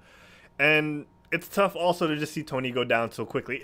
Tony Stark is like the Worf in Star Trek of this series, where he just keeps dying. He's dead, man. Yeah, he's always dead. Yeah, he's never alive, guys. Tony's just the one truth of this series, of this universe. He just dies. Yeah, he's the punching bag, pretty much. To show how tough someone is, they have to kill Tony Stark. Yeah, right, exactly. And it's just like, it's the one truth in everyone. He's just not there. And I want to get the chat's thoughts on this, because for me, I don't want to be that guy who's just ragging on it. It's just feels like it was missing a lot more. It didn't feel like what if. It didn't feel like a what if. It was more like a What also? Yeah, like how about some more? What more? Yeah, what more? more? What more? Killmonger, yeah. Yeah, right. And I just wish there was more development. If they went down this route and they just focused on the fighting, they focused on the slow, methodical game, which is fine, but Right. I wanted to see more change. But also, I right, wanted to right. like in this story, I'm trying to figure out like how could you have made the story more interesting, right? How could you have made this less draggy? And I think one of the things is to get to Wakanda faster. They dragged their feet too much in America, Right. and the point was to get to Wakanda to get him into power. I think Right. just get him the power like a third of the way through and see what he does with the power. That's the thing we never got to see in the in the Black Panther movie. We never got to see what Eric would have done with that power aside from launching the nukes, and then that's it. Maybe Right. the core of this should have been what he does do with the power instead of how he gets to that part, because we already saw how Eric gets to power in Black Panther. What we needed to see here is what he does with it, I think. So I think that's what's missing. I think What that's kind really of stuff is that, right? It's kind of stupid. It's no, but honestly, I'm really glad that you brought that up because I never looked at it like that. I never, I saw this episode. I was, you know what? All right, it was decent, but yeah, actually, when you think about it, it really is just Black Panther Killmonger extended or like Yeah. longer. Yeah. And it's yeah, I'm trying to think now. I'm trying to think. Is there any? No, this is, and the title is "What if you say Tony Stark, but Tony Stark dies?" So, I mean, honestly, it's just he gets the same means, Mm-hmm. no matter regardless. So yeah, I guess there's not a real difference in him. Yes. So yeah, I guess that really is kind of strange. You're right. So that's my point, right? And I don't want to just point out the flaws. I want to build on that. Like what could make this slightly more interesting? What could have pushed the envelope further? That isn't just what if his motivations did change under Tony, which is what that'd be a great story. I think you and I agree on that, Derek. It'd be a great Yeah. story if we saw a good Killmonger. What if Yes. he and T'Challa got along and became best buds, best cousins, and Killmonger was able to convince T'Challa that way to expand the borders of Wakanda. That's freaking amazing. I want to see that. Yeah. But if you want to go with the controversy of what Killmonger does as Eric Killmonger and the scars of being left alone to fend for yourself at such a young age, then you get to that point right away. You don't drag your feet. That would have been sick. Yeah, I think that's what I would have. I think that's what would. Yeah, Iron Hammer agrees too. He said that would have been a hell of a what if. Yeah, dude, like, Oh, two and Panthers? it's true. Yeah, but just imagine two Panthers together. Oh my God, they could have animated that like so crazy. Yeah, like two Panthers out in the wild. Oh man, the possibilities. Oh, they could have like. Oh man. See that? I okay.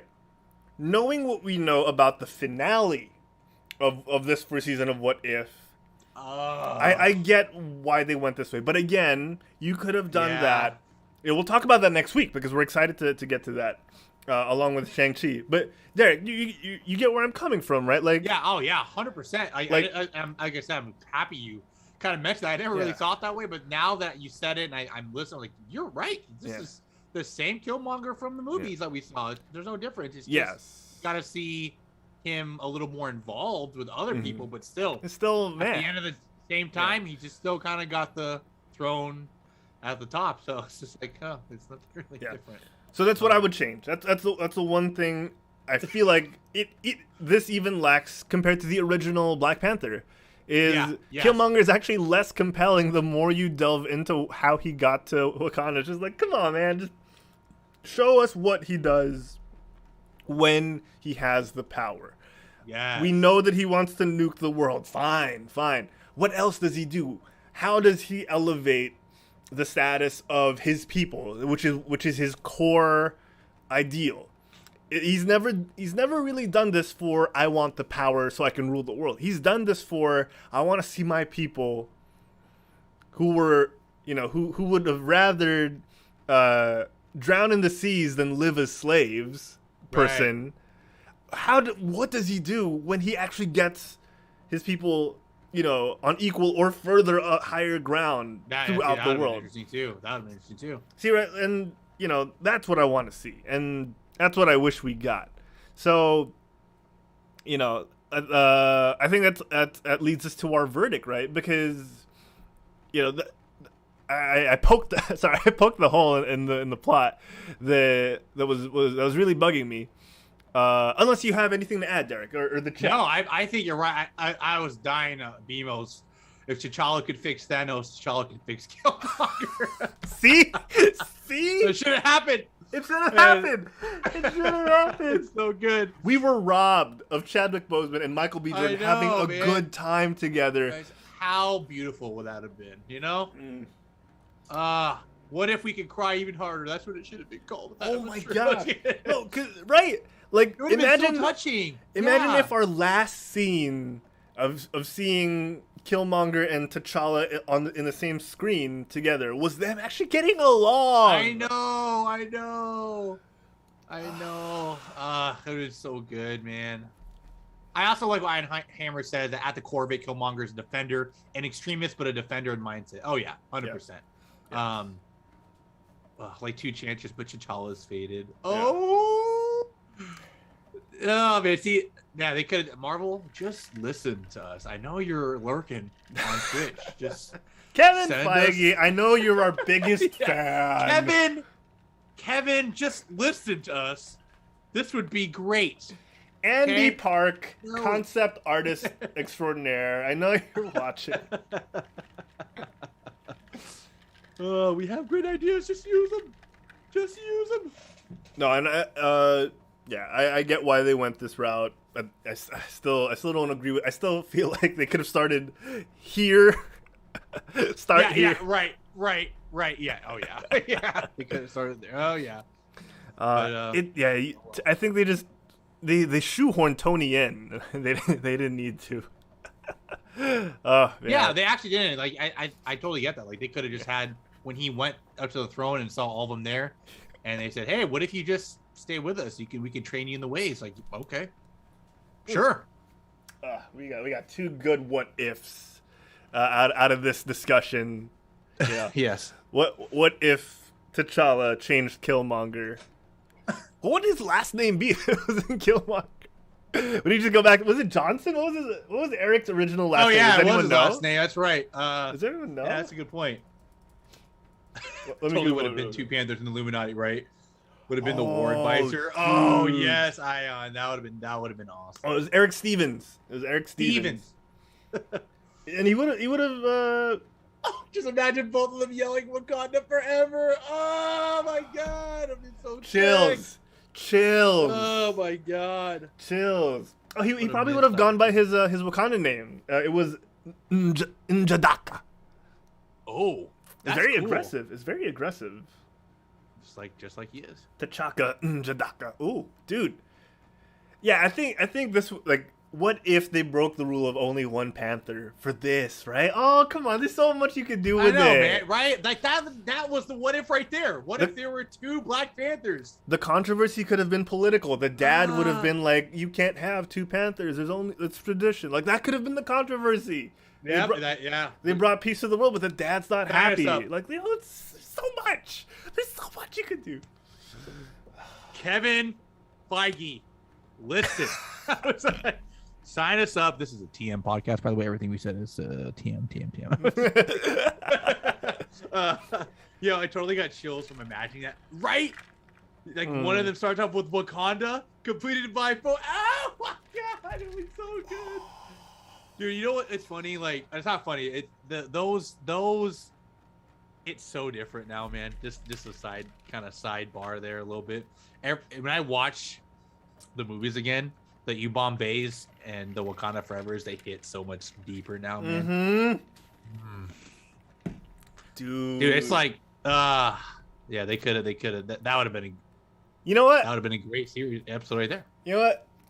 This might be just like a progression that is unnecessary in my head. But I was thinking, you could build off of that too. If they do the whole sequel thing that they're doing with What If, you have the two Panthers. uniting the tribes, because at the start of the first movie there was a little tension between the tribes of who gets to rule, right? And you get each tribe with a representative. You get freaking M'Baku with his own gorilla suit, like the Black Panther suit, man, like that Shuri makes. Why you can have all of this, right? They have their own like Wakandan Avengers kind of feel. They're the Wakandan Avengers, right? That's so cool, right? Oh like, my god! There's so much you can do with this what if type of storytelling. You guys, just someone send this to Marvel. Whoever knows Kevin and just send it, guys. Guys, this is that would be it, right? You know, and then Shuri's there. You know what? I wouldn't be surprised if that's Black Panther 2 multiverse. You know? Yeah. This is it, right? That's just what we said. That's what's that. Yeah, Wakandan Legion. Yeah, like exactly. Yeah, that's exactly. Dang, man, like that. There's so much there that'd be fun opportunity, man. Yeah, for sure. Or they still could, you know, like who knows? Yeah. Who knows? What if we manifest this into happening? I would gladly let them take this idea. Because I just want to see it. I just want to see it animated. Yeah. Just in an interview, just mention that you stopped by the Geekcast. And then there was this one podcast on YouTube. I don't remember what it was called. Yeah. You know, some two dudes had a really good idea, and we kind of just made that to the movie. It was something that quit stalking, and they had these fun ideas, and we just picked one. You know, credit to them. They're very imaginative. That's all we need. I like what Ion says. Like, we can totally just keep it at like only the Panther gets the heart-shaped herb, but everyone has the same tech for their suits. I mean, right? It's not like they can't make a suit. They're like literally this. Probably one of the most advanced technologies on Earth. Yeah. Or that could be where the controversy comes from, right? Like, you're freely giving out all these heart-shaped herb juices, and the dad's like, that's not tradition. You know, and that's where the fight that's where the internal fighting happens. You know, you need the conflict still. Oh my god. I'm getting carried away. Marvel sinus.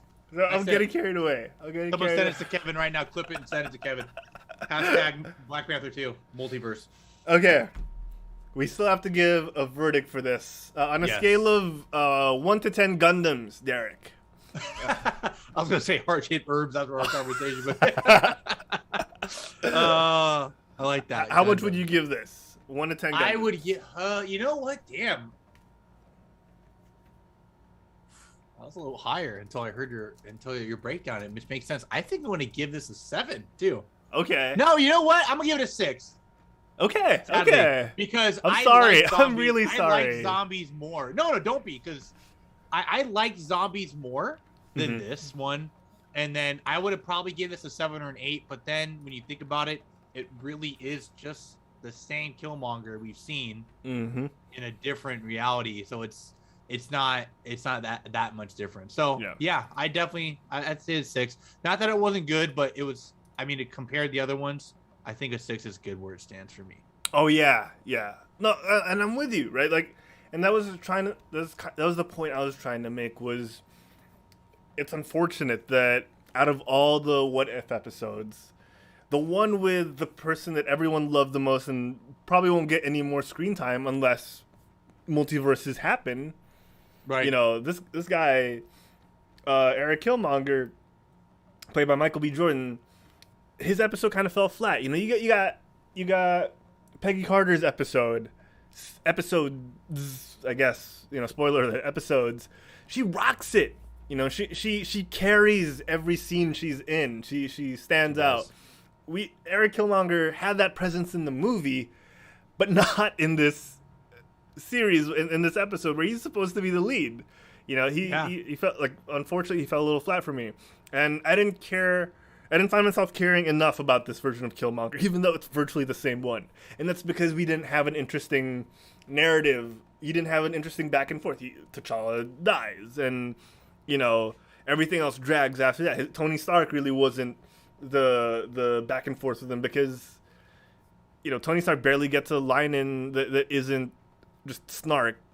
It's all just like, oh, yeah, you betrayed me, haha. You know, it's like... And then he dies after the monologue because he wasn't expecting him. So it lacked impact, I think, at the end of the day. So I'm with you. I was gonna give it a 6 too, and I still am. I'm gonna give it a 6 out of 10 Gundams, because we came up with 3 stories that we'd love to see more. And yeah, I still hope we get that. I want the Tale of Two Panthers story that could branch off into the Legion of Wakanda story arc. The South Continental Avengers, the African Avengers. I like that. Yeah, dude. A Wakandan. How would it be? It would be like the Warriors of Wakanda. You know. Yeah. Oh, Warriors of Wakanda. That'd be pretty good. Wow. I like that. That's true. That is true. Warriors of Wakanda. Wow. You could also just have the story where it starts from the end of this, and we get his what he does with what if Killmonger got the power that he'd been searching for? How does the world get affected by that? There's a compelling storyline there too. So, you know, I wish that was this. We still could. There's many more what ifs to come in the future. You know, we do. True. Yeah, and we have more. We have 2 more episodes to tackle next week, along with Shang-Chi. So I'm excited for that. But yeah, with this one, it's a 6 for me. It's a 6 from you. A 6 on average for this episode. Episode 5 for us. Sorry, episode 6. I like what Ion Hammer said. QS What If Twin Panthers over Marvel What If Killmonger. Let's frame that, guys. We should frame that, put in the background. What I mean, geez, if dude, if we had a writing room, I'd get Ion. What if Kevin Feige was listening right now? Oh right? man, that's like right. Derek, we must assemble our writers' room. Yes. I get Ion. I get Francis. You know, Scherzo's got to be there. Yeah. Yeah, Scherzo. Oh yeah. All these guys. Oh man, yeah. He says, Ion says, I want to see zombie Thanos fighting Vision Ultron. That's, yeah. Regular Thanos didn't stand a chance. Yeah. Oh, that could still happen now that I think about. Oh no, it can't. It can't. It can't. Well, you know. You never know. Oh, you never know. You never know. Dude, yeah. What if Twin Panthers, dude? What if Twin Panthers, dude? Wow, that's. We did it, guys. We did it. We did it. We've hit the pinnacle of Marvel. We had this show has peaked. We're not gonna get any better. The show's peaked. This is the last Quit Stalling Geekcast. Quit Stalling forever. All could see the yeah, right. Oh, good point. Good point. You know, we're delving into. He said if Vision Ultron can see the Watcher, could Thanos. That's a level of enlightenment that I'm curious about too.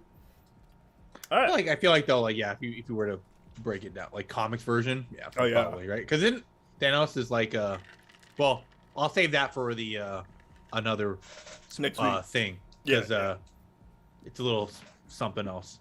All right. When you watch something, Oh, Derek, it's been a great episode. I think our best one in terms of it was narrative creation. Yeah, dude, I know. Man, that was a good. I think we literally just laid out a good story right there. Mm-hmm. That was good. That was good. We did our own what if on what if. So that's good. Yeah.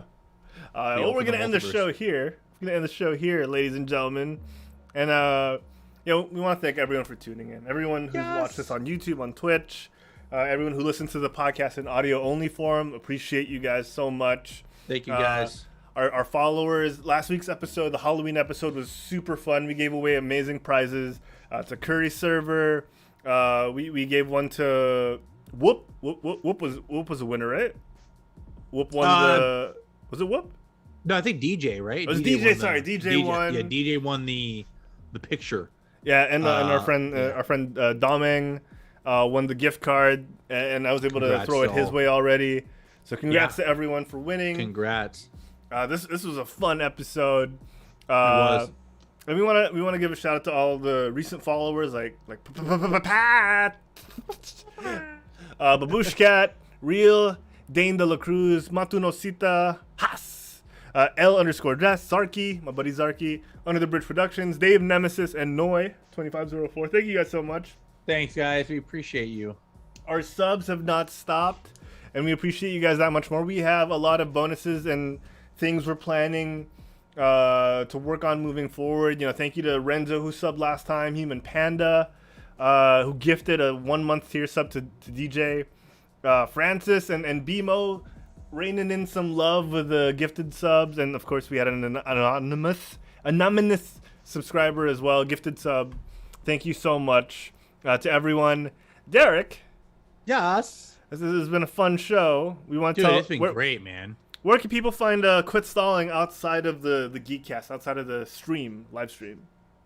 You guys can find us on Facebook and Twitter. That's Quit Stalling Us. For those listening to audio, that's Quit Stalling US as an us. And of course, not only there can you find us, but you guys can find us on YouTube, obviously here, and Instagram, which is just Quit Stalling. We also have a lot of cool and exciting stuff possibly popping up on the YouTube coming soon, and possibly TikTok, baby. Oh. So stay tuned for that if you guys want to see some more stuff. Also, for those listening to the audio only, those viewers we have and listeners, let us know what you guys would like to hear. If you guys want to do something fun, maybe some theories you guys have, we would love to share it on one of our shows, and that way people can hear about them too. Because we know not only me and Harold got the brains of the what if, we know you guys listen and have great ideas as well. We want to hear them.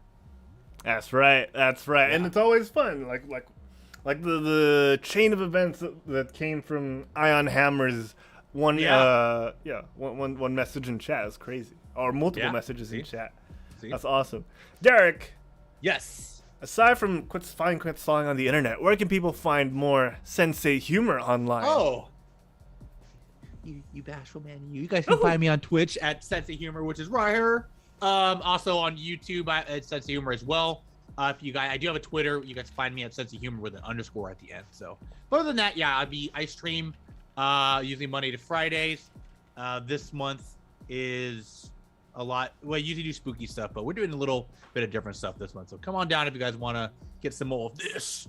But other than this, where can they see Harold, our Lord and Savior? Oh, Harold! You guys can catch me at Harold Plays on Twitter and on Instagram.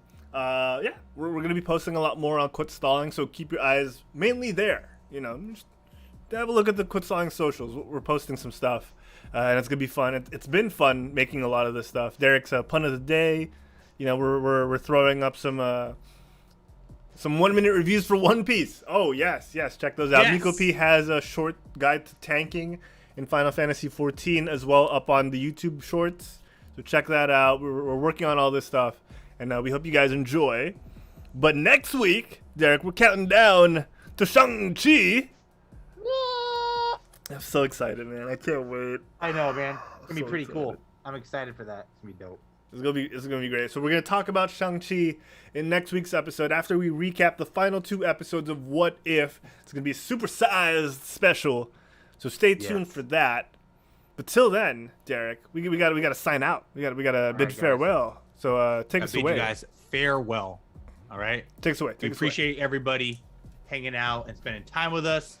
We are gonna be here again next week, same bat time, same bat channel. Until then, get off your butts and ponder the question: what if? What kind of forever? What kind of show was this? The best one ever?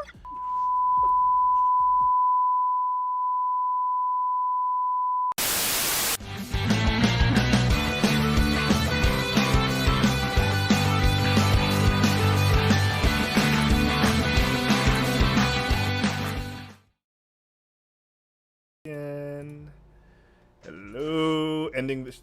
Yes. Oh man, that was great. Thanks. That was fantastic. Thanks, guys. That was fantastical. That was awesome. I'm tired.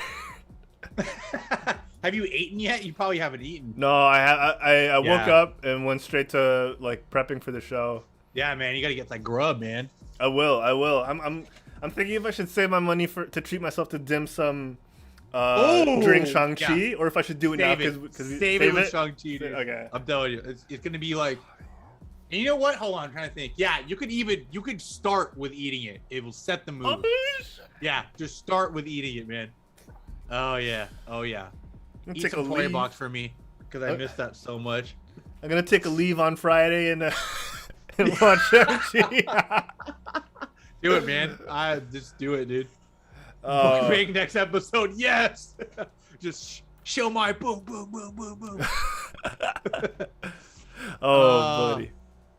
Left Eternals now watching the gang. Oh, hello, welcome in. Oh Yes, my God, sadly, dude, Derek, Yeah, that man in the chat right there man. is one Who of is the greatest tanks in World of Warcraft I have ever had the pleasure of playing with. And not only that, he's an amazing human being as well. That's my buddy that's awesome. O. That's my buddy O right there. Pronounced like up, a O? zero, like a letter O. EAUX. Oh, buddy, thank you so much. We're just wrapping up here. Yes, thank you for stopping by. That's awesome. I watched Eternals myself yesterday, so Oh, man. we will be doing a Eternals review eventually. You got to stop by for that. Oh, we'd Yeah. love to hear your thoughts too, man. Here's the thing. We're doing it eventually because here in the Philippines, we don't get it yet. We're actually just getting Shang-Chi on Friday because Disney Plus. You know, so we're reviewing Shang-Chi next week. So if you want to stop by for that. Yes, If you want to stop by for that. Stop by for that. But yeah, I can't wait for your message after you watch it. I just want you to send me like your dude, so beautiful, man. So beautiful, man. Oh my God, Disney. Yes. Iron Hammer stream. Yes. yes. This Friday globally on Disney Plus. And Everybody. you know, if you don't have Disney Plus, there are other. Arg, Yarr. don't say that. Yarr. I Kevin Feige already tuned out after we gave him the pitch yeah, for that's Two true. Panthers. Yeah, Kevin, you know, we just gave you the best write up for the next movie. You can let this one slide, right? It's all right. Oh my gosh. That's a fun idea. People, if you're just tuning in, check out how we wrapped up the episode. Yeah. That's what I like about Oh. YouTube. You could scroll back while you're live and check out like what was discussed. But you know, this has been a super fun night, Derek. Thank you so much to everyone for tuning Yes. in. Oh man. Thank you guys. So I'm gonna prep for Shang-Chi. I'm gonna get some Chinese takeout for that. Maybe a milk tea. Do they mention milk tea? Ooh. I think they do, actually. Ooh, a little boba. Yeah, Little I think boba. that. Oh man, that's a good day for food, man. Oh. Boba and shomai. That sounds. Ooh, that sounds Little good. boba. That sounds You know, good. just Oh, don't fret. But yeah, dude, I mean, just eat dim sum in spirit with you. You know. Oh. What time would that be? Oh no, so it'd be 30 minutes from now. You'd be asleep. On I'd probably be on night a night. Friday. Yeah. Oh man. Yes, I'm gonna prep all that food. I'm gonna wear my comfiest PJs. I'm just gonna sit back and relax and watch it. Oh, I can't wait. It's gonna be good, man. I'm telling you, it's really good. It's beautiful.